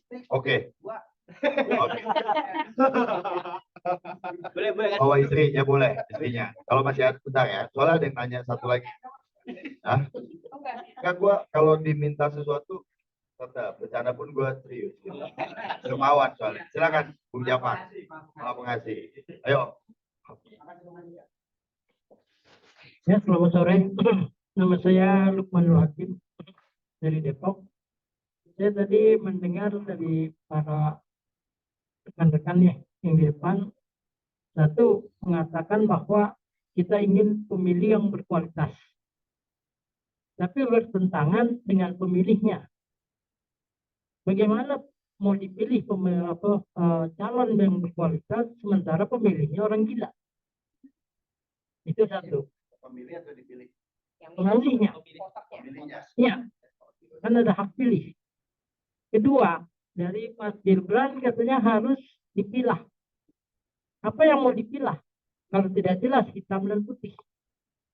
Ya kan? Untuk pemilah kan harus jelas dulu hitam dan putih. Nah, makanya saya setuju. Kalau sekarang anak muda itu ada 52%. Ya kan? Bagus mereka golput. Sehingga jelas mana yang hitam, mana yang putih. Ya kan? Jadi ada kesempatan, ya kan, untuk anak muda itu dilihat. Sehingga orang tua itu berpikir, oh saya udah nggak pinter lagi ini, gitu. Ada anak-anak muda yang pinter-pinter. Kalau teknis itu terserah. Apakah dicoblos semuanya. Sementara semua calon kita itu punya track record. Track record yang tidak baik. Kok dikasih lagi kekuasaan? Makin tidak baik dia. Karena waktu tidak baik dikasih kekuasaan, ya udah jelas. Iko akan berbuat yang lebih tidak baik lagi. Itu hampir semua calon presiden kita punya track record yang tidak baik. Itu mungkin pendapat saya. Terima kasih. Pakai dong, Pak Lukman ya. Balik pakai dong. Ya. Tapi ini Bung Lukman, ibarat warna. Kalau ada hitam, ada putih itu nggak perlu dipilah lagi. sesuatu yang dipilah itu karena gradasinya tipis-tipis. Jadi perlu dipisahin satu-satu. Gitu. Tapi nanti mereka yang jawab. Saya mulai dari Mbak Dian dulu ya. Oke, tadi ada beberapa hal. Mudah-mudahan dicatat. Yang lain juga mudah-mudahan dicatat. Karena gue udah lupa soalnya. Jadi untuk yang Mbak Fiona ya, makasih. Love to talk after that. Langsung, tapi kalau ini edukasi politik dimulai kapan? Sebenarnya linknya balik ke omongannya Aida ya. Mungkin keterlambatan kita. Jadi saya kalau ngomong kayak gitu, saya selalu mengingatkan diri kita bahwa negara ini merdekanya itu 1945, gitu ya. Bukan bukan di tahun 16 berapa tuh waktu Belanda datang pertama kali dan sebagainya gitu. Waktu mulai kita juga punya sarjana ya cuma 200 sampai 300 ya, gitu untuk sekian juta. Tidak berarti tidak bisa lebih cepat, itu benar juga. Karena dengan sekarang teknologi dan sebagainya sebenarnya harusnya lebih cepat. Nah, mengarah ke critical thinking dengan sebenarnya ya, ini tuh sekarang kalau dipikir-pikir antara teknologi sama kemampuan anak itu kejar-kejaran sih kayaknya ya. Maksudnya saya kemarin duduk, ini ketahuan banget di umur gue, sama anak saya yang umur 14 tahun nonton Cawapres. Memang saya biasakan untuk nonton bareng. Dan dia dengan santai bilang, mama, santai dong, chill gitu kan. I mean, dengerin aja dulu dia ngomong apa gitu loh. Jangan langsung cepet-cepet marah-marah. Gue kayak, gitu banget sih, nggak ini banget sih, nggak sopan banget sih, gitu. Saya kayak, please deh dengerin dulu dia ngomong apa gitu. Interesting enough, a lot of things seperti apalah gitu deh, pokoknya gue lupa. Nah itu dah, ya itu dah itu. Dia tahu gitu ya. Jadi aku pikir memang kita harus dari awal sebelum kalau kita ngomongin critical thinking memang harusnya kita mulai bicara soal pendidikan dari SD bahkan yang gampang-gampang dulu deh. Supaya kita ngomongin politik ini kan kita ngomongin demokrasi, kita harus ngomongin dulu apa sih hak kewajiban sebagai anak. Kan selalu gitu. Nah masalahnya mungkin orang tua kita ini di masa transisi. Saya mungkin nanti Aida bisa lebih ngejelasin soal like the transition dari apa namanya zaman dulu terus sekarang generasinya tiba-tiba jadi equal gitu kan. Terus orang tuanya juga perubahan apa namanya cara pandang anaknya seperti apa ya. Coba mungkin ada beberapa hal. Kalau aku lihat memang pendidikan itu bisa mulai dari dasar kok. Gitu. Dan kita nggak perlu harus tiba-tiba ngomong parpol. Sebenarnya ketika berbicara critical thinking, ketika bicara soal memilih, ketika bicara soal integritas, anaknya harus diekspos dengan segala macam permasalahan hidup. Dan kemudian kita bantu untuk membimbing ini loh. Kenapa kita merasa ini integritas itu seperti ini. Kalau kamu ngomong A, besok kamu ngomong B, nah itu jadi pertanyaan. Yang gampang, pemilihan ketua kelas. Itu kan ada sebenarnya sebagai suatu proses. Tapi kita tidak pernah berpikir kenapa itu jadi penting. Pemilihan OSIS. Saya pernah waktu itu ke salah satu SMK. Salah satu SMA ya. Kebetulan kita tuh kepengen bikin Kaula 17 ke sekolah. Ini karena kita sadar, kita bikin tool ini, ya kan? Yang ngisi ya senang ngisi. Universitas semua pendidikannya. Nah sementara kan yang saya kepengen kan kalau bisa ya pendidikannya SMA, SMK, SMP bisa mulai ngisi sebenarnya. Jadi kita nanti mudah-mudahan kalau Tuhan mengizinkan masih kuat gitu ya, bikin Kaula 17 untuk anak sebenarnya. Karena again, it's not my idea, it's not our idea. Ini udah ada idenya. Jadi bisa loh kita ngomongin hal-hal yang berat ke anak. Cuma kitanya memang jadinya harus belajar juga gitu kan. Mau nggak mau dan kita juga harus belajar membuka diri. Kalau anaknya beda, jangan nggak dimasukin ke dalam hak waris. Jangan dikeluarin dari hak waris gitu kan. Jangan salah WAG 2019 kan pada pecah gitu tuh keluarga besar kan. Nah, yang kayak gini-gini yang harus kita tonjolkan bahwa boleh lo beda, nggak apa-apa beda. Kamu misalnya memilih ini, aku milih ini nggak apa-apa. Yang penting alasan lo adalah alasan-alasan yang memang bisa kita, by the way speaking, kadang-kadang kita juga diskusi nggak harus selalu setuju loh. Itu juga salah satu yang kadang-kadang kita harus pelajari. Sebenarnya tool ini tuh dibuat untuk, makanya saya bilang, kalau ada yang bilang, lo antek, kemarin terakhir tuh antek PKS, karena kebetulan ini ya menarik ya, PKS itu oposan kan. Jadi ketika sekarang apalagi ya kalau misalnya tipenya, nah ini juga lucu dari penelitian kita di National Benchmarking Survey untuk mengetahui tentang lingkungan, anak muda 17 sampai 25 itu masih progresif banget gitu. Nah, banyak mereka dapat PKS kan nanya, itu banget sih. Nah, iya, gue juga. Dan gue Kristen gitu loh. Jadi kurang apa, makanya kan bingung kan gitu. But that question like, apa sih yang sebenarnya membuat kali ini ya, karena Kaula 17 itu setiap 3 bulan isunya diganti sesuai dengan isu yang dibicarakan oleh para partai di DPR. By the way, so it's not like we put it there because we like it, terus mau jadi kayak Insaf TV gitu, enggak. Nah, justru karena ada yang kayak begini-begini kan mulai ada komunikasi. Mam, atau mam, kok alat mama tuh nyuruhnya aku partai X sih gitu. Padahal kan aku pengennya partai D gitu misalnya.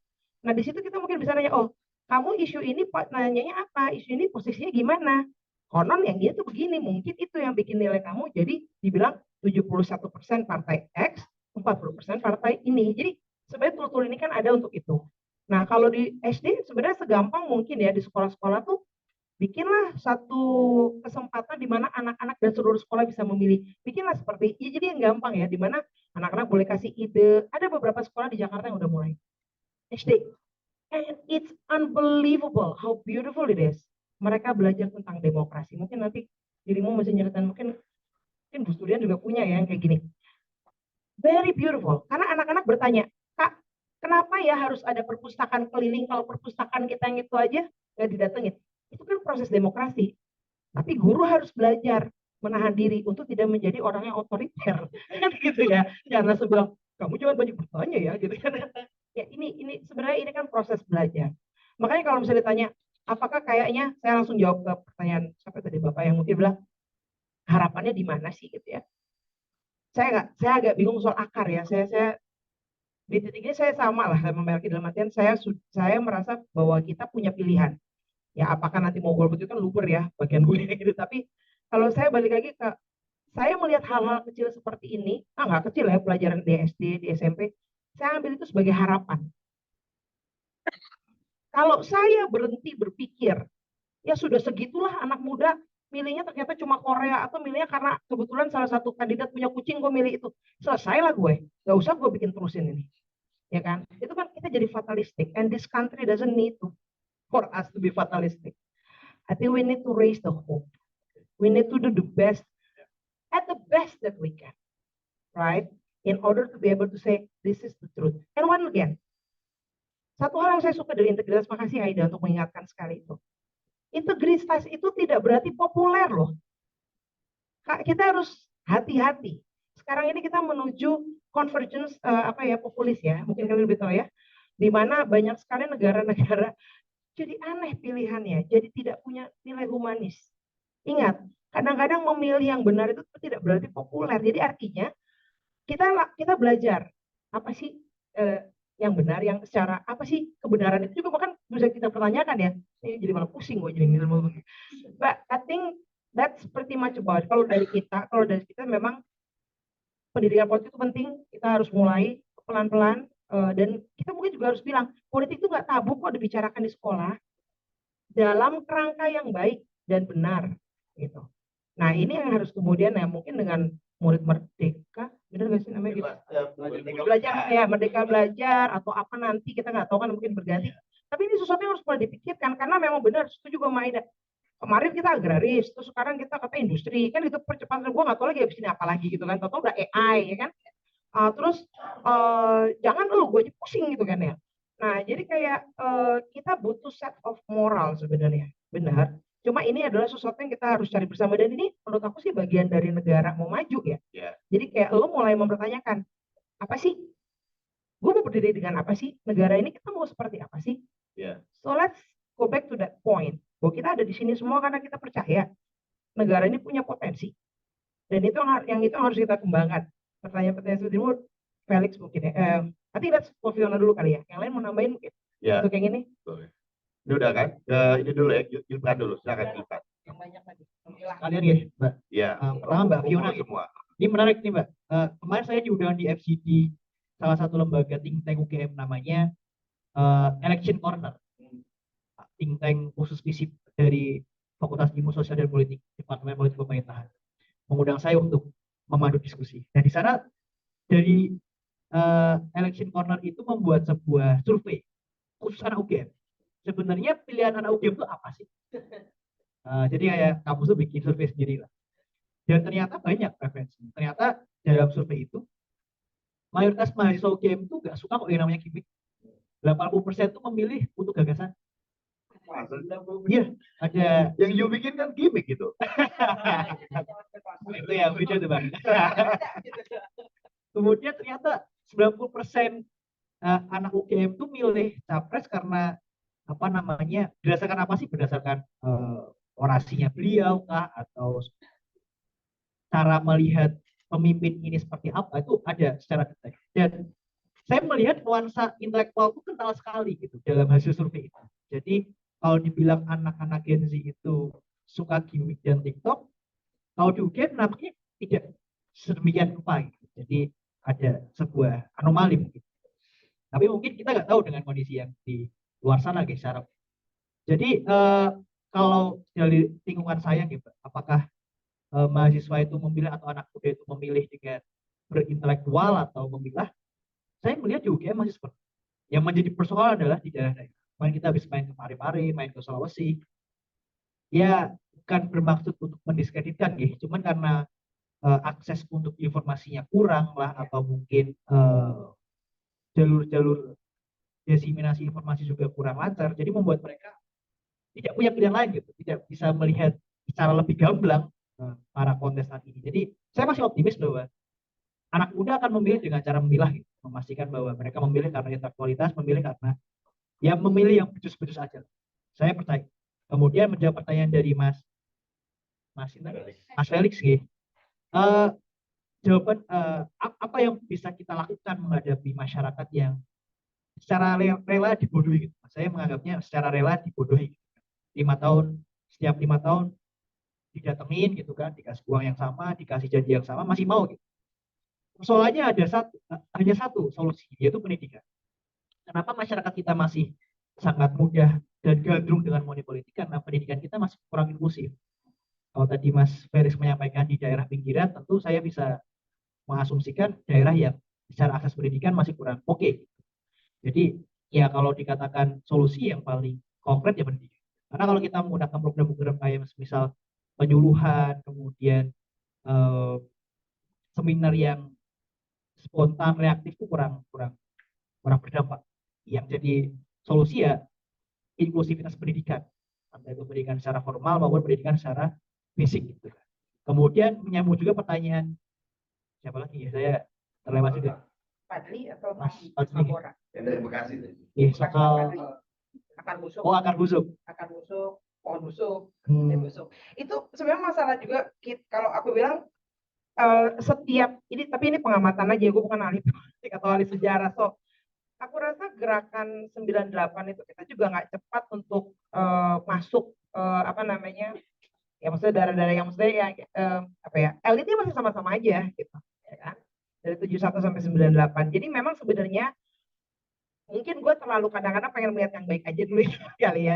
The way that I said, ya aku bilang substansi itu sebenarnya untuk pemilih lumayan besar.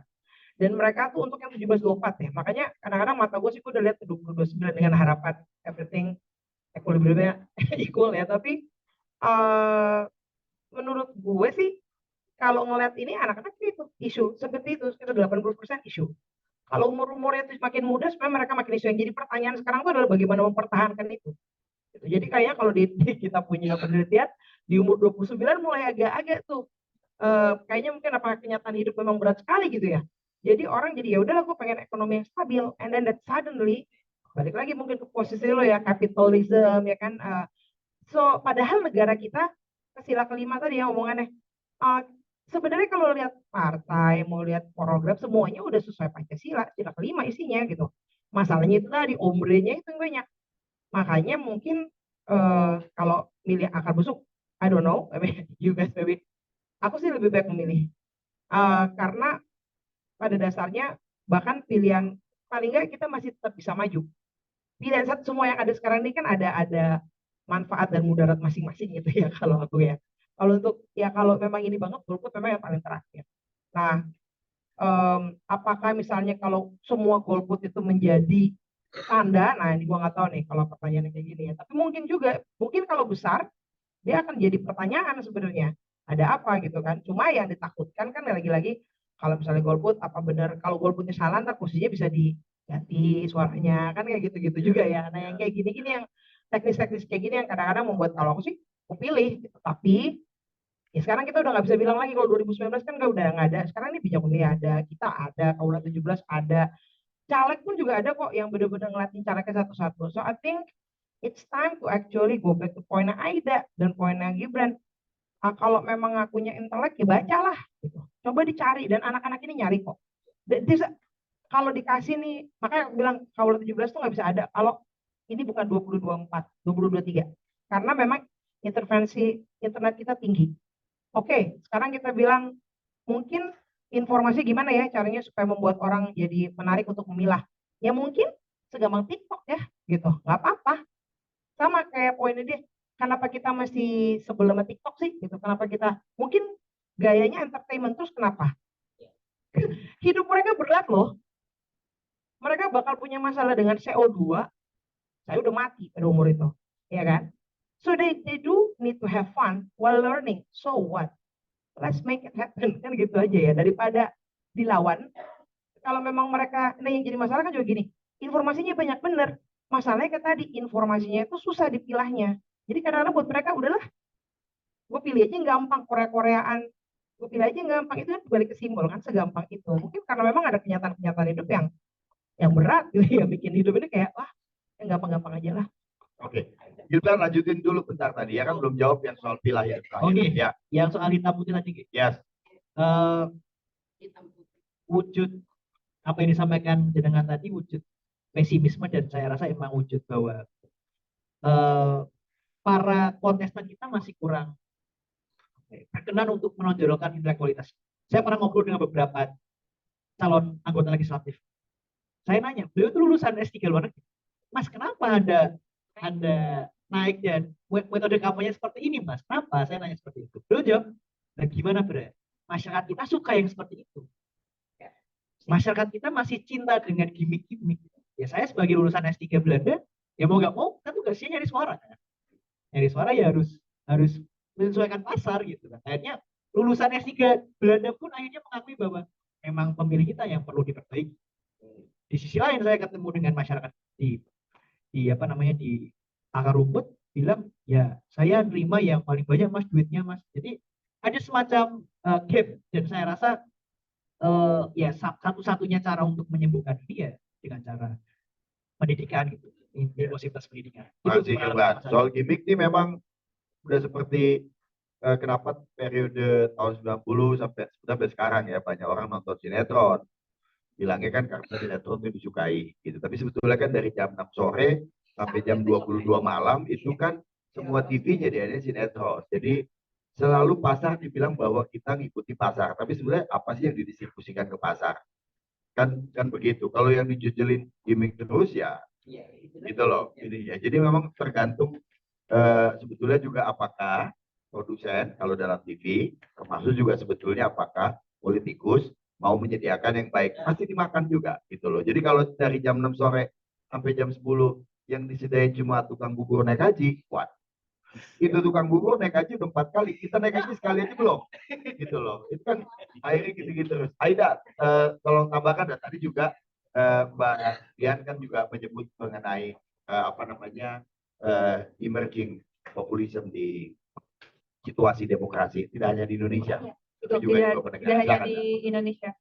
Di Amerika Serikat juga kan kita sebenarnya pernah lihat ya fenomena ini dan ini sangat mencemaskan karena ini menghasilkan polarisasi gitu, us versus them.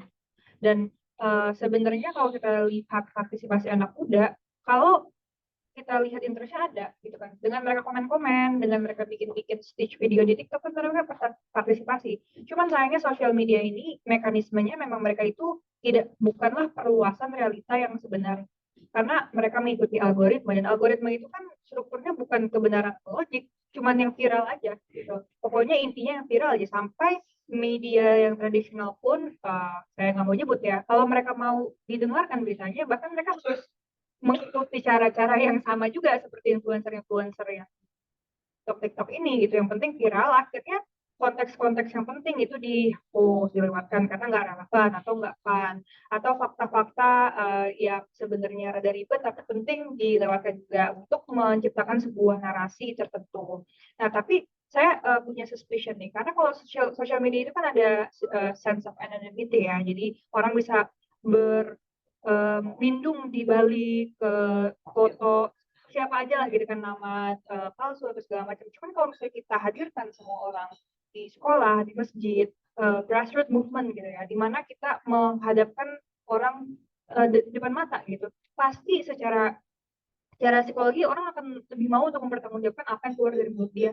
Dan kalaupun misalnya ada sebuah diskursus yang disebut oleh Habermas itu kan, tesis segala macam, itu hanya bisa terjadi kalau misalnya memang ada landasan yang equal. Jadi kalau misalnya ada orang yang punya akses yang lebih, ya of course mereka akan menjadi merasa lebih cuap-cuap gitu di sosial media. Nah kalau kita ngomongin tentang golput ya, I wonder kalau misalnya tadi Bapak siapa namanya? Lukman. Lukman berkata tentang kita anak muda golput aja supaya orang tuanya bisa melihat apa sih sebenarnya yang ada di hadirat anak muda. Tapi apakah golput yang seperti itu bisa terjadi dalam situasi demokrasi kita sekarang, di mana memang playing field-nya udah nggak even? Gitu. Ada salah satu pasangan yang memang sudah memiliki dukungan-dukungan tertentu yang sudah terbukti melakukan upaya-upaya untuk memenangkan diri mereka. Nah, di sisi ini, apakah golput itu menjadi sebuah viable option lagi gitu sebagai untuk boycott, untuk berdemo gitu? Menurut saya tidak gitu, karena playing field-nya sudah tidak sama. Oke, terima kasih Aida. Melki, lalu nanti ditutup sama. Iya, Melki silakan. Oke, tadi pertanyaannya banyak ya, jadi Banyak. saya sekaligus jawab semua aja deh Yes. Bang. Gitu. Oke, pertama soal tanggapan sistem pemilu nih dari Pak Jafar gitu ya. Kita bersama-sama, saya yakin kita sepakat lah bahwa demokrasi itu bukan sistem yang paling baik gitu loh. Ini bukan sistem yang paling bisa menghadirkan social justice ataupun kemanusiaan yang adil dan beradab gitu kan. Tapi per hari ini kenapa kita percaya sama demokrasi? Karena hanya demokrasi lah yang bisa menjamin semua orang dapat tempat, bisa berpartisipasi dan suaranya didengar. Tidak peduli kita berpendidikan sejauh apa, punya privilege setinggi apa, punya kesusahan hidup sejauh mana, cuma demokrasi yang menjamin semua orang dengan kesulitan ataupun keuntungan tertentu bisa mencapai posisi-posisi tertentu. Cuma itu yang bisa dijanjikan demokrasi. Dan kenapa kita akhirnya memilih demokrasi? Simple juga, karena sehari-harinya masyarakat Indonesia yang majemuk butuh kepastian agar kemajemukan mereka bisa mendapat tempat dan pembangunan bisa dilaksanakan dengan prinsip-prinsip yang memperhatikan kemajemukan. Dan hanya demokrasi yang mampu menyediakan hal tersebut, Pak. Jadi kalau ditanya, ya ini kan sudah kacau sistemnya dari tahun 71 seperti ini terus, dan tiap pemilu selalu menghasilkan masalah-masalah baru dan lain sebagainya. Cara saya itu justru ada kritik. Jadi jangan sampai kita kalau membicarakan demokrasi itu mensimplifikasi demokrasi dengan sekedar membubuhkan suara di bilik suara tiap pemilu 5 tahun sekali. Karena demokrasi itu tidak sesimpel pemilu. Demokrasi itu tidak sesederhana membubuhkan pilihan pada caleg atau capres tertentu atau calon wali kota, calon gubernur tertentu. Demokrasi adalah soal kita berbicara banyak tentang infrastruktur demokrasi. Bagaimana kebebasan sipil itu tidak diganggu oleh negara, bagaimana semua orang bisa berpendapat, berekspresi, mengemukakan pendapatnya, berorganisasi, berpartisipasi dalam sistem politik dengan baik. Bagaimana kita bisa mendapatkan kebijakan yang partisipatif dan transparan, bagaimana aparat negara ataupun kekuasaan negara pada umumnya tidak mengganggu kebebasan masyarakat yang adalah hak sipil dan politik setiap orang gitu. Itu adalah demokrasi gitu. Jadi kalau membincangkan demokrasi itu sekitar pesta demokrasi, justru itu adalah kritik terhadap kita. Karena harusnya demokrasi itu dikawal tidak sekedar menjadi event 5 tahunan. Demokrasi itu soal bagaimana tiap warga negara punya hak, punya peranan, punya kewajiban yang sama untuk koar-koar, untuk berisik soal sistem pemerintahan negaranya. Karena itu esensi demokrasi gitu. Jadi ya problem kita hari ini adalah kita terlalu berfokus pada pesta demokrasinya. Padahal kalau ngurusin pesta demokrasi ada panitianya dulu, nyewa tempat dulu, nyari IO-nya dulu, dan lain sebagainya gitu. Kita terlalu berfokus sama pesta demokrasi, tapi kita lupa memperkuat infrastruktur demokrasi. Karena siapapun yang terpilih lewat sistem demokrasi, kalau sistem demokrasi yang adalah sistem legalnya adalah pemilu, tidak jujur dan adil, ataupun kalau infrastruktur demokrasinya tidak kuat, siapapun yang terpilih lewat sistem pemilu ini, tapi kalau kemudian kebebasan sipilnya terganggu, aparat negara menunjukkan keberpihakan, tidak ada kebijakan tentang perundang-undangan pemilu yang partisipatif transparan, tidak ada transparansi dari aparat negara ataupun aparat penegak hukum, akan ada fair trial dan lain sebagainya, semua yang terpilih sudah pasti tidak akan berkomitmen pada demokrasi. Gitu. Karena yang paling penting adalah memilih siapa yang punya komitmen akan demokrasi, HAM, hukum, dan konstitusi. Itu problem kita hari ini. Jadi kalau kemudian Stephen Levitsky sama Daniel Ziblatt kan bilang bahwa seringkali orang yang dipilih lewat sistem demokrasi adalah orang yang sama yang membunuh demokrasi itu sendiri gitu kan. dengan berkaca pada pengalaman Trump di Amerika dan lain sebagainya gitu. Itu kondisi yang kita alami sekarang. 2013, 2014 semua orang menyebut Presiden Jokowi a new hope gitu. Dia harapan baru. Nyatanya harapan baru yang dulu kita anggap sebagai harapan adalah ancaman yang sama yang membunuh demokrasi itu sendiri. Maka dari itu sebenarnya harus memandang demokrasi itu secara holistik gitu. Tidak sekedar memilih orang, tapi ada gagasannya di situ, ada otaknya di situ. Lihat komitmennya akan demokrasi, bagaimana selama ini dia punya track record untuk memahami dan mematuhi konstitusi. Saya rasa itu jadi relevan. Dan kalau dibilang ya akar batang pohon semuanya busuk, apakah akan menghasilkan buah yang sama?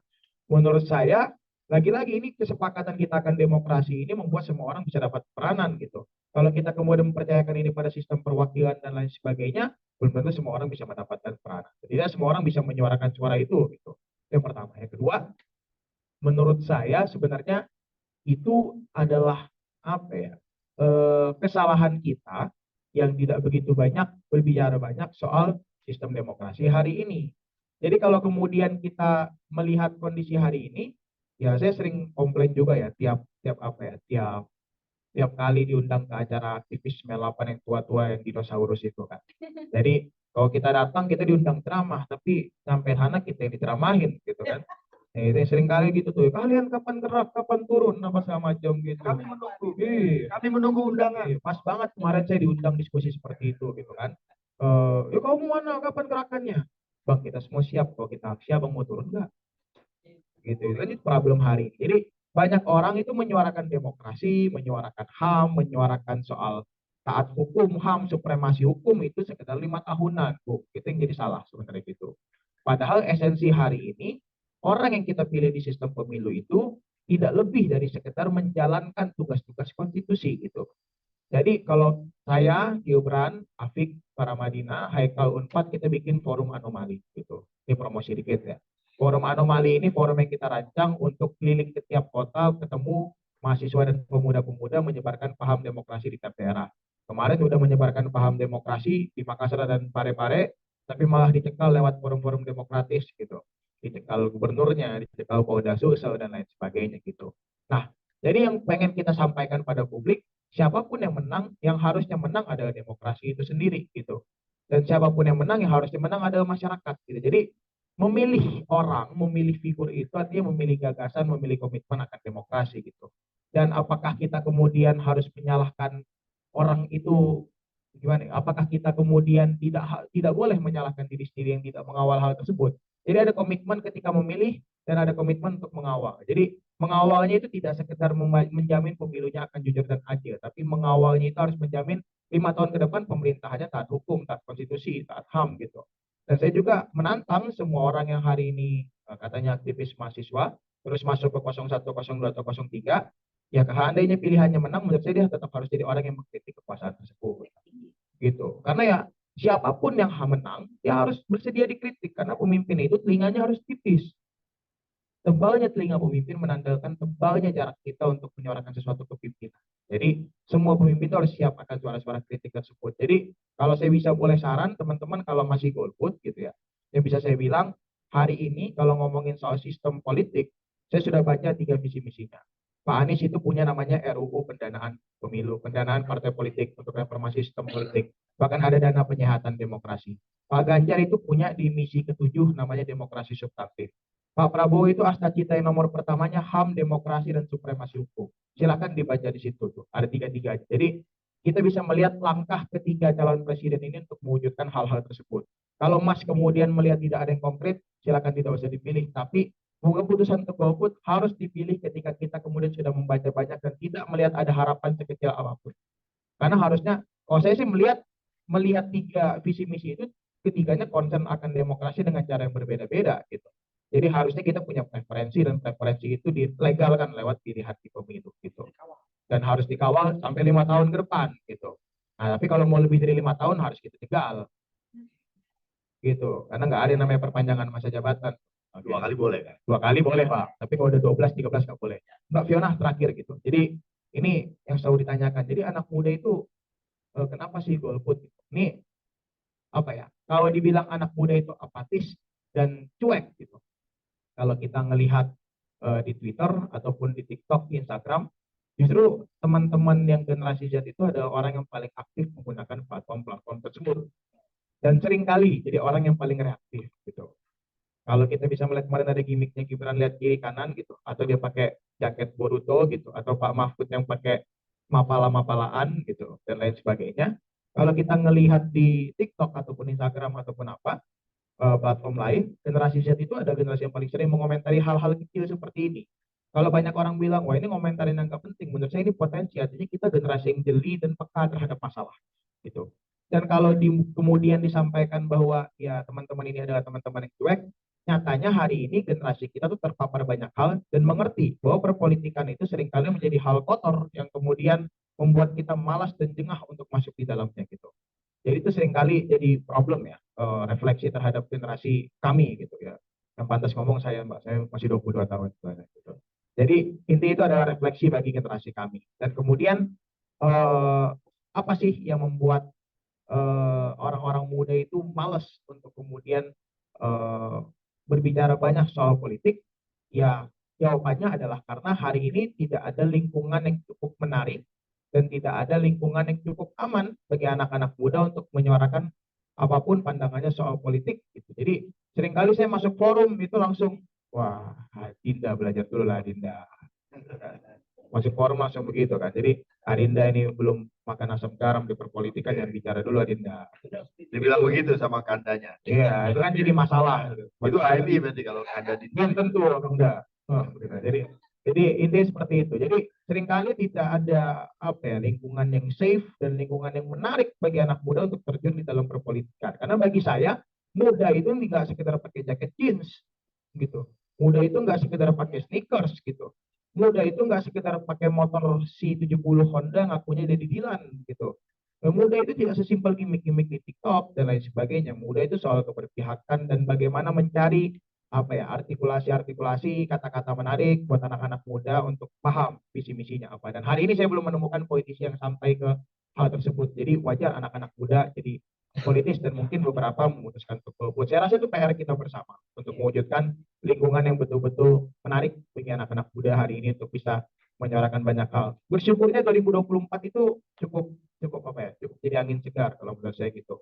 Saya first voters tahun 2019 dan tahun 2019 saya bandingkan dengan 2024 saya lebih mudah untuk mendapatkan akses akan banyak tools untuk mengerti banyak hal di tahun 2024 gitu. Saya lebih mudah untuk apa ya tidak terjebak akan perdebatan-perdebatan yang menurut saya minim substansial itu banyak banget di tahun 2019. Tahun 2024 saya bersyukur juga ada 3 paslon gitu yang kemudian membuat kita perdebatannya tidak lagi soal identitas atau latar belakang tapi soal visi misi.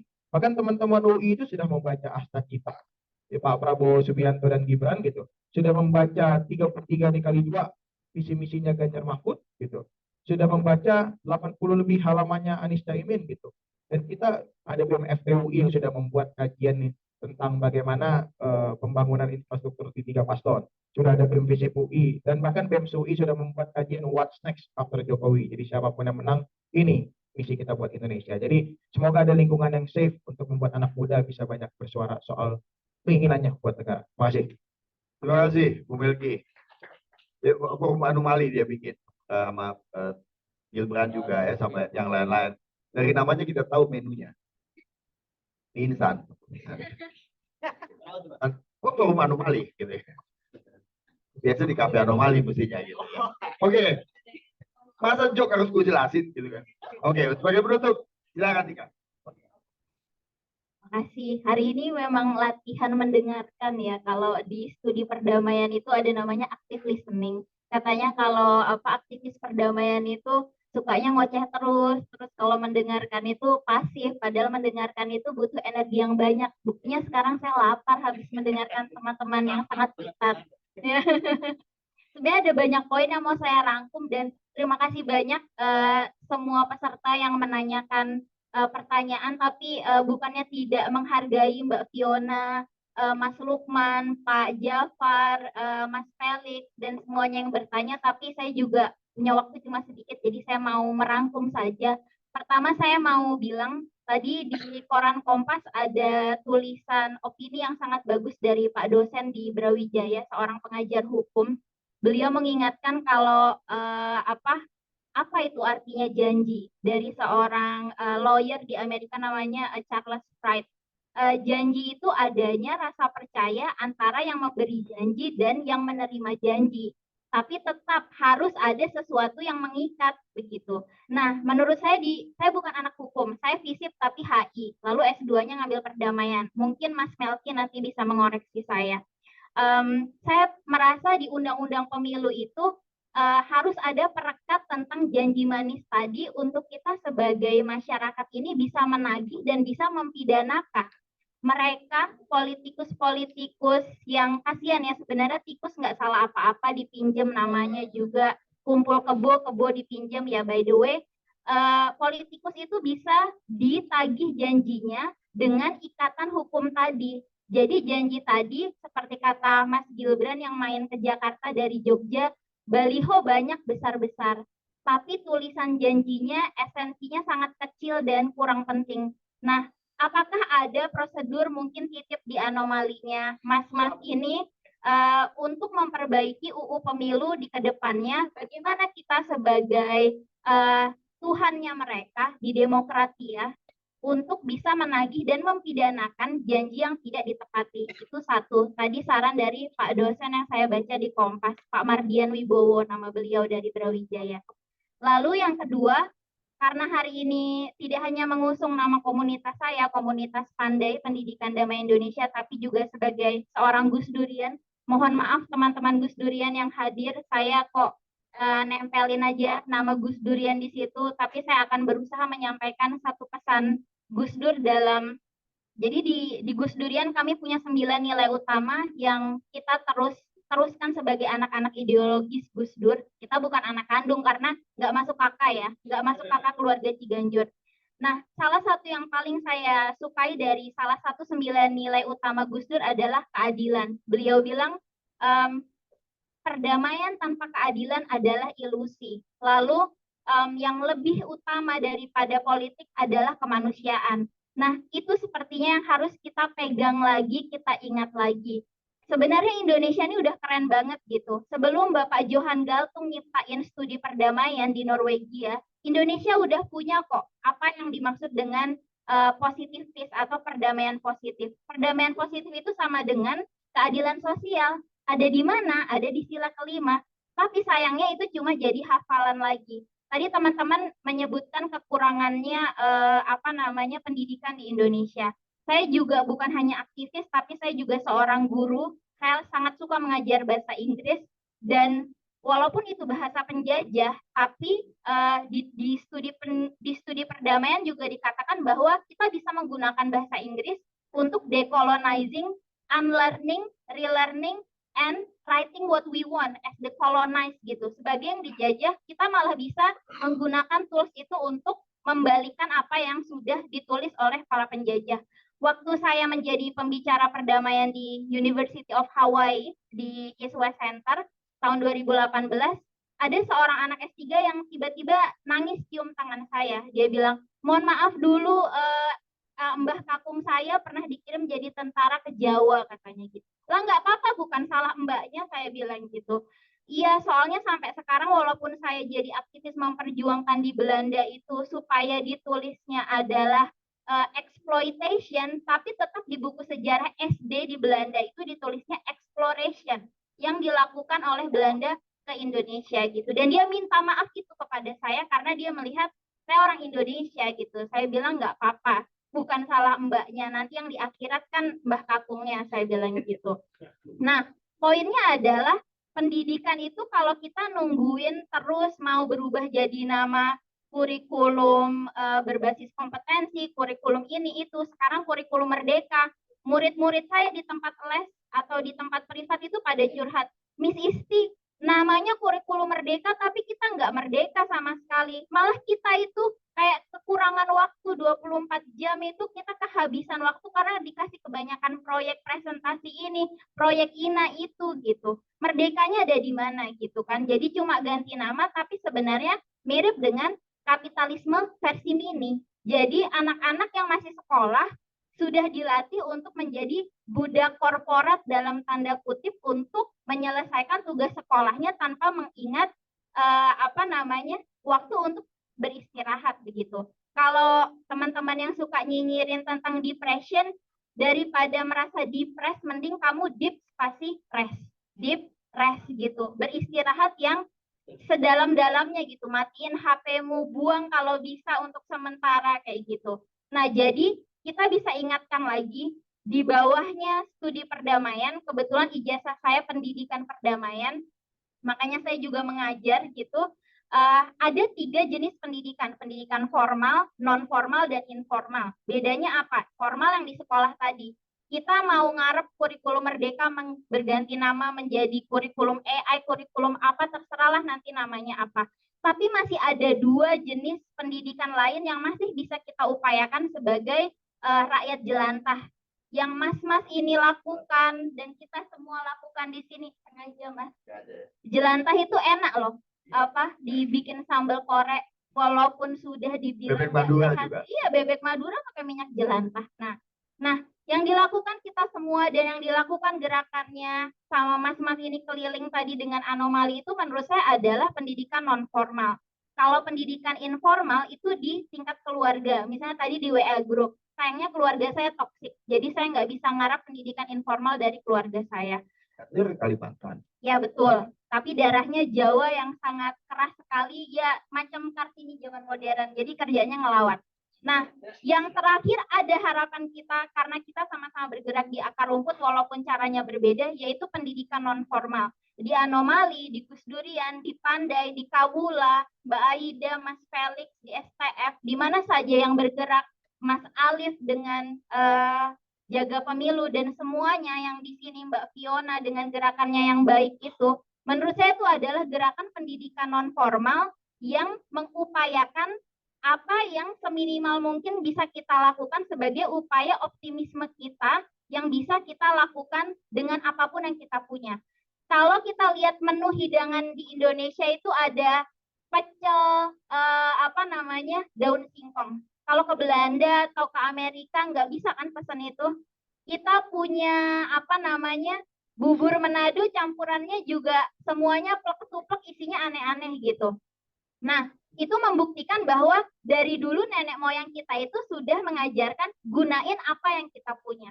Nah, di Gus Durian kita berusaha kemarin Sabtu lalu ngomongin Holocaust dan Nakba. Karena kita nungguin pemerintah buat mengedukasi kita atau buat media ngomongin itu tuh nggak ada. Kita pengen tahu akar masalahnya ini apa sih, perang-perangan. Ya kita bikin sendiri gitu forum pendidikannya. Kalian mengedukasi demokrasi walaupun dicekal, itu juga salah satu cara yang bisa dilakukan sebagai orang-orang rakyat jelantah. Karena salah satu pilar dari demokrasi adalah ingat, kita adalah Tuhannya. Jadi hak kita untuk memberi nyawa dan mencabut nyawa dari demokrasi itu ada di tangan kita. Terima kasih, Om Swastiastu. Sama budaya salam kebajikan rahayu. Terima kasih ya Isti. Saya mau nutup tapi ada pertanyaan satu dari Zoom ya. Kalau yang di sini nanti kita ngobrol ya sambil makan, udah lapar juga. Yuk nggak lapar apa? Gitu ya. Kayaknya dari Zoom nih pertanyaan intinya begini. Setelah nonton debat cawapres kemarin, dia yakin bahwa sebetulnya pemenangnya udah ada gitu loh, udah di setting gitu. Di setting itu maksudnya sebetulnya TPS-nya di mana gitu, itu di layout gitu. Nah, sehingga dia butuh argumentasi apa sih yang sangat meyakinkan saya untuk memilih. Ini saya harus pendek-pendek aja ya, agak kejam dikit. Jadi cuma satu kalimat ya gitu. Karena kan dari 5 ini anjurannya kan adalah please jangan golput gitu kan. Ya kita tahu golput itu memang hak gitu ya. Kita tuh sebagai warga negara punya hak memilih atau punya hak untuk tidak memilih. Tapi kan selalu bilang 2024 ini jangan golput. Setidaknya itu nanti pilihan yang paling akhir. Nah maka ini butuh kalau gitu satu kalimat aja. Aida, Gilbran, Melki, Mbak Dian, Mbak Isti, kenapa saya tidak boleh golput? Meskipun misalnya suaranya juga nggak dengar, setidaknya yang menang tidak terlalu angkuh atas kekuasaannya sendiri. Oke. Gilbran. 5 tahun sekali kita coba diinstitusionalisasikan demokrasi kita. Oke. Jadi kalau bukan ya kita terpaksa hidup di sistem yang seperti itu. Kalau tidak digunakan ya, kalau kata orang Jawa ya, eman-eman. Teman-teman. Yap. Memilih itu kan artinya sudah punya kesadaran gitu. Dan sudah punya kesadaran artinya menggunakan akal, pikiran, nalar, dan juga logika. Artinya ketika kita memilih, kita sudah mempergunakan daya pikir kita dengan sebaik mungkin. Artinya memilih itu artinya menghargai daya pikir, nalar, dan logika kita sebagai manusia. Jadi memilih itu karena kita menghargai diri kita sendiri. Gitu. Mbak Dian? Karena kamu bisa. Oke. Isi. Yang kita pilih umpamanya menang, kita punya hak untuk mengkritisi secara konstruktif. Baik. Mudah-mudahan membantu ya bahwa setidaknya misalnya yang dari ujung tadi Aida bilang, itu siapa sih? Yohanes Deo ya. Oke. Kayak judul lagu ya. Kayak judul lagu ini, lagu gereja Yohanes Deo. Itu In Excelsis Deo. Jadi gini Bung Deo, kira-kira ya. Walaupun sudah ada gitu, tapi setidaknya kita bisa mendelegitimasinya terus-menerus gitu. Jadi pemilu itu memang bukan lalu kemudian warga negara habis nyoblos ininya udah bersih lalu selesai tugasnya, tidak. Saya ingat karena tadi isti ngutip Kompas, saya kira 2 hari lalu ya, Romo Haryat Moko di Kompas juga di halaman 1 menulis mengenai warga negara yang cakap gitu ya, untuk kalau kita menjadi apa namanya kompeten, jadi kompeten citizen itu kan berarti sebenarnya kita tahu bahwa tugas warga negara itu nggak selesai di 14 Februari. Jadi walaupun pilihan kita menang atau pilihan kita kalah, tugas kita tetap sama, itu ngawasi si yang berkuasa itu. Pengawasan yang tentu dia bukan berlangsung hanya 5 tahunan atau lalu kita serahkan mentah-mentah kepada DPR gitu. Jadi kita harus berada terus-menerus memiliki kewaspadaan itu gitu. Saya kira tentu ada yang capek gitu ya. Misalnya Pak Lukman tadi udah capek banget sama demokrasi, Pak. Kelihatan banget dari muka lu gitu ya. Iya, tapi semangat tetap ada gitu ya.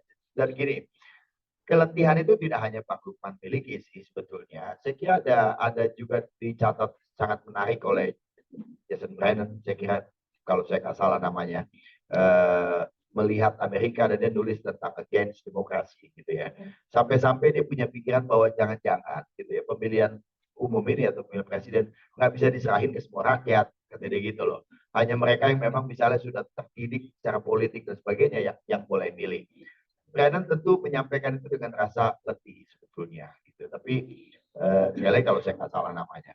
Tapi ya ini pilihan yang memang kita sudah putuskan sama-sama. Kita punya demokrasi. Nah, yang kita miliki ini jangan sampai dibajak ya, begitu rupa gitu loh oleh manipulasi dan sebagainya. Kalau ada kecanggihan dalam manipulasi di tahun itu wajar aja, itu udah 5 kali pemilu ya, pemilu langsung. Jadi ya penyelenggaranya udah mumpuni, kita pemilih juga udah mumpuni, petugas KPPS juga udah lihai, semuanya udah hebat, udah memahami seluk-beluknya, termasuk mafianya gitu ya juga udah makin canggih gitu. Jadi ya kita lawan-lawan aja terus. Kira-kira itu, sampai jumpa dalam diskusi mendatang. Terima kasih buat semuanya. Terima kasih ya. Bung, thank you Bung. Luar biasa. Thank you Bung. Aida, terima kasih.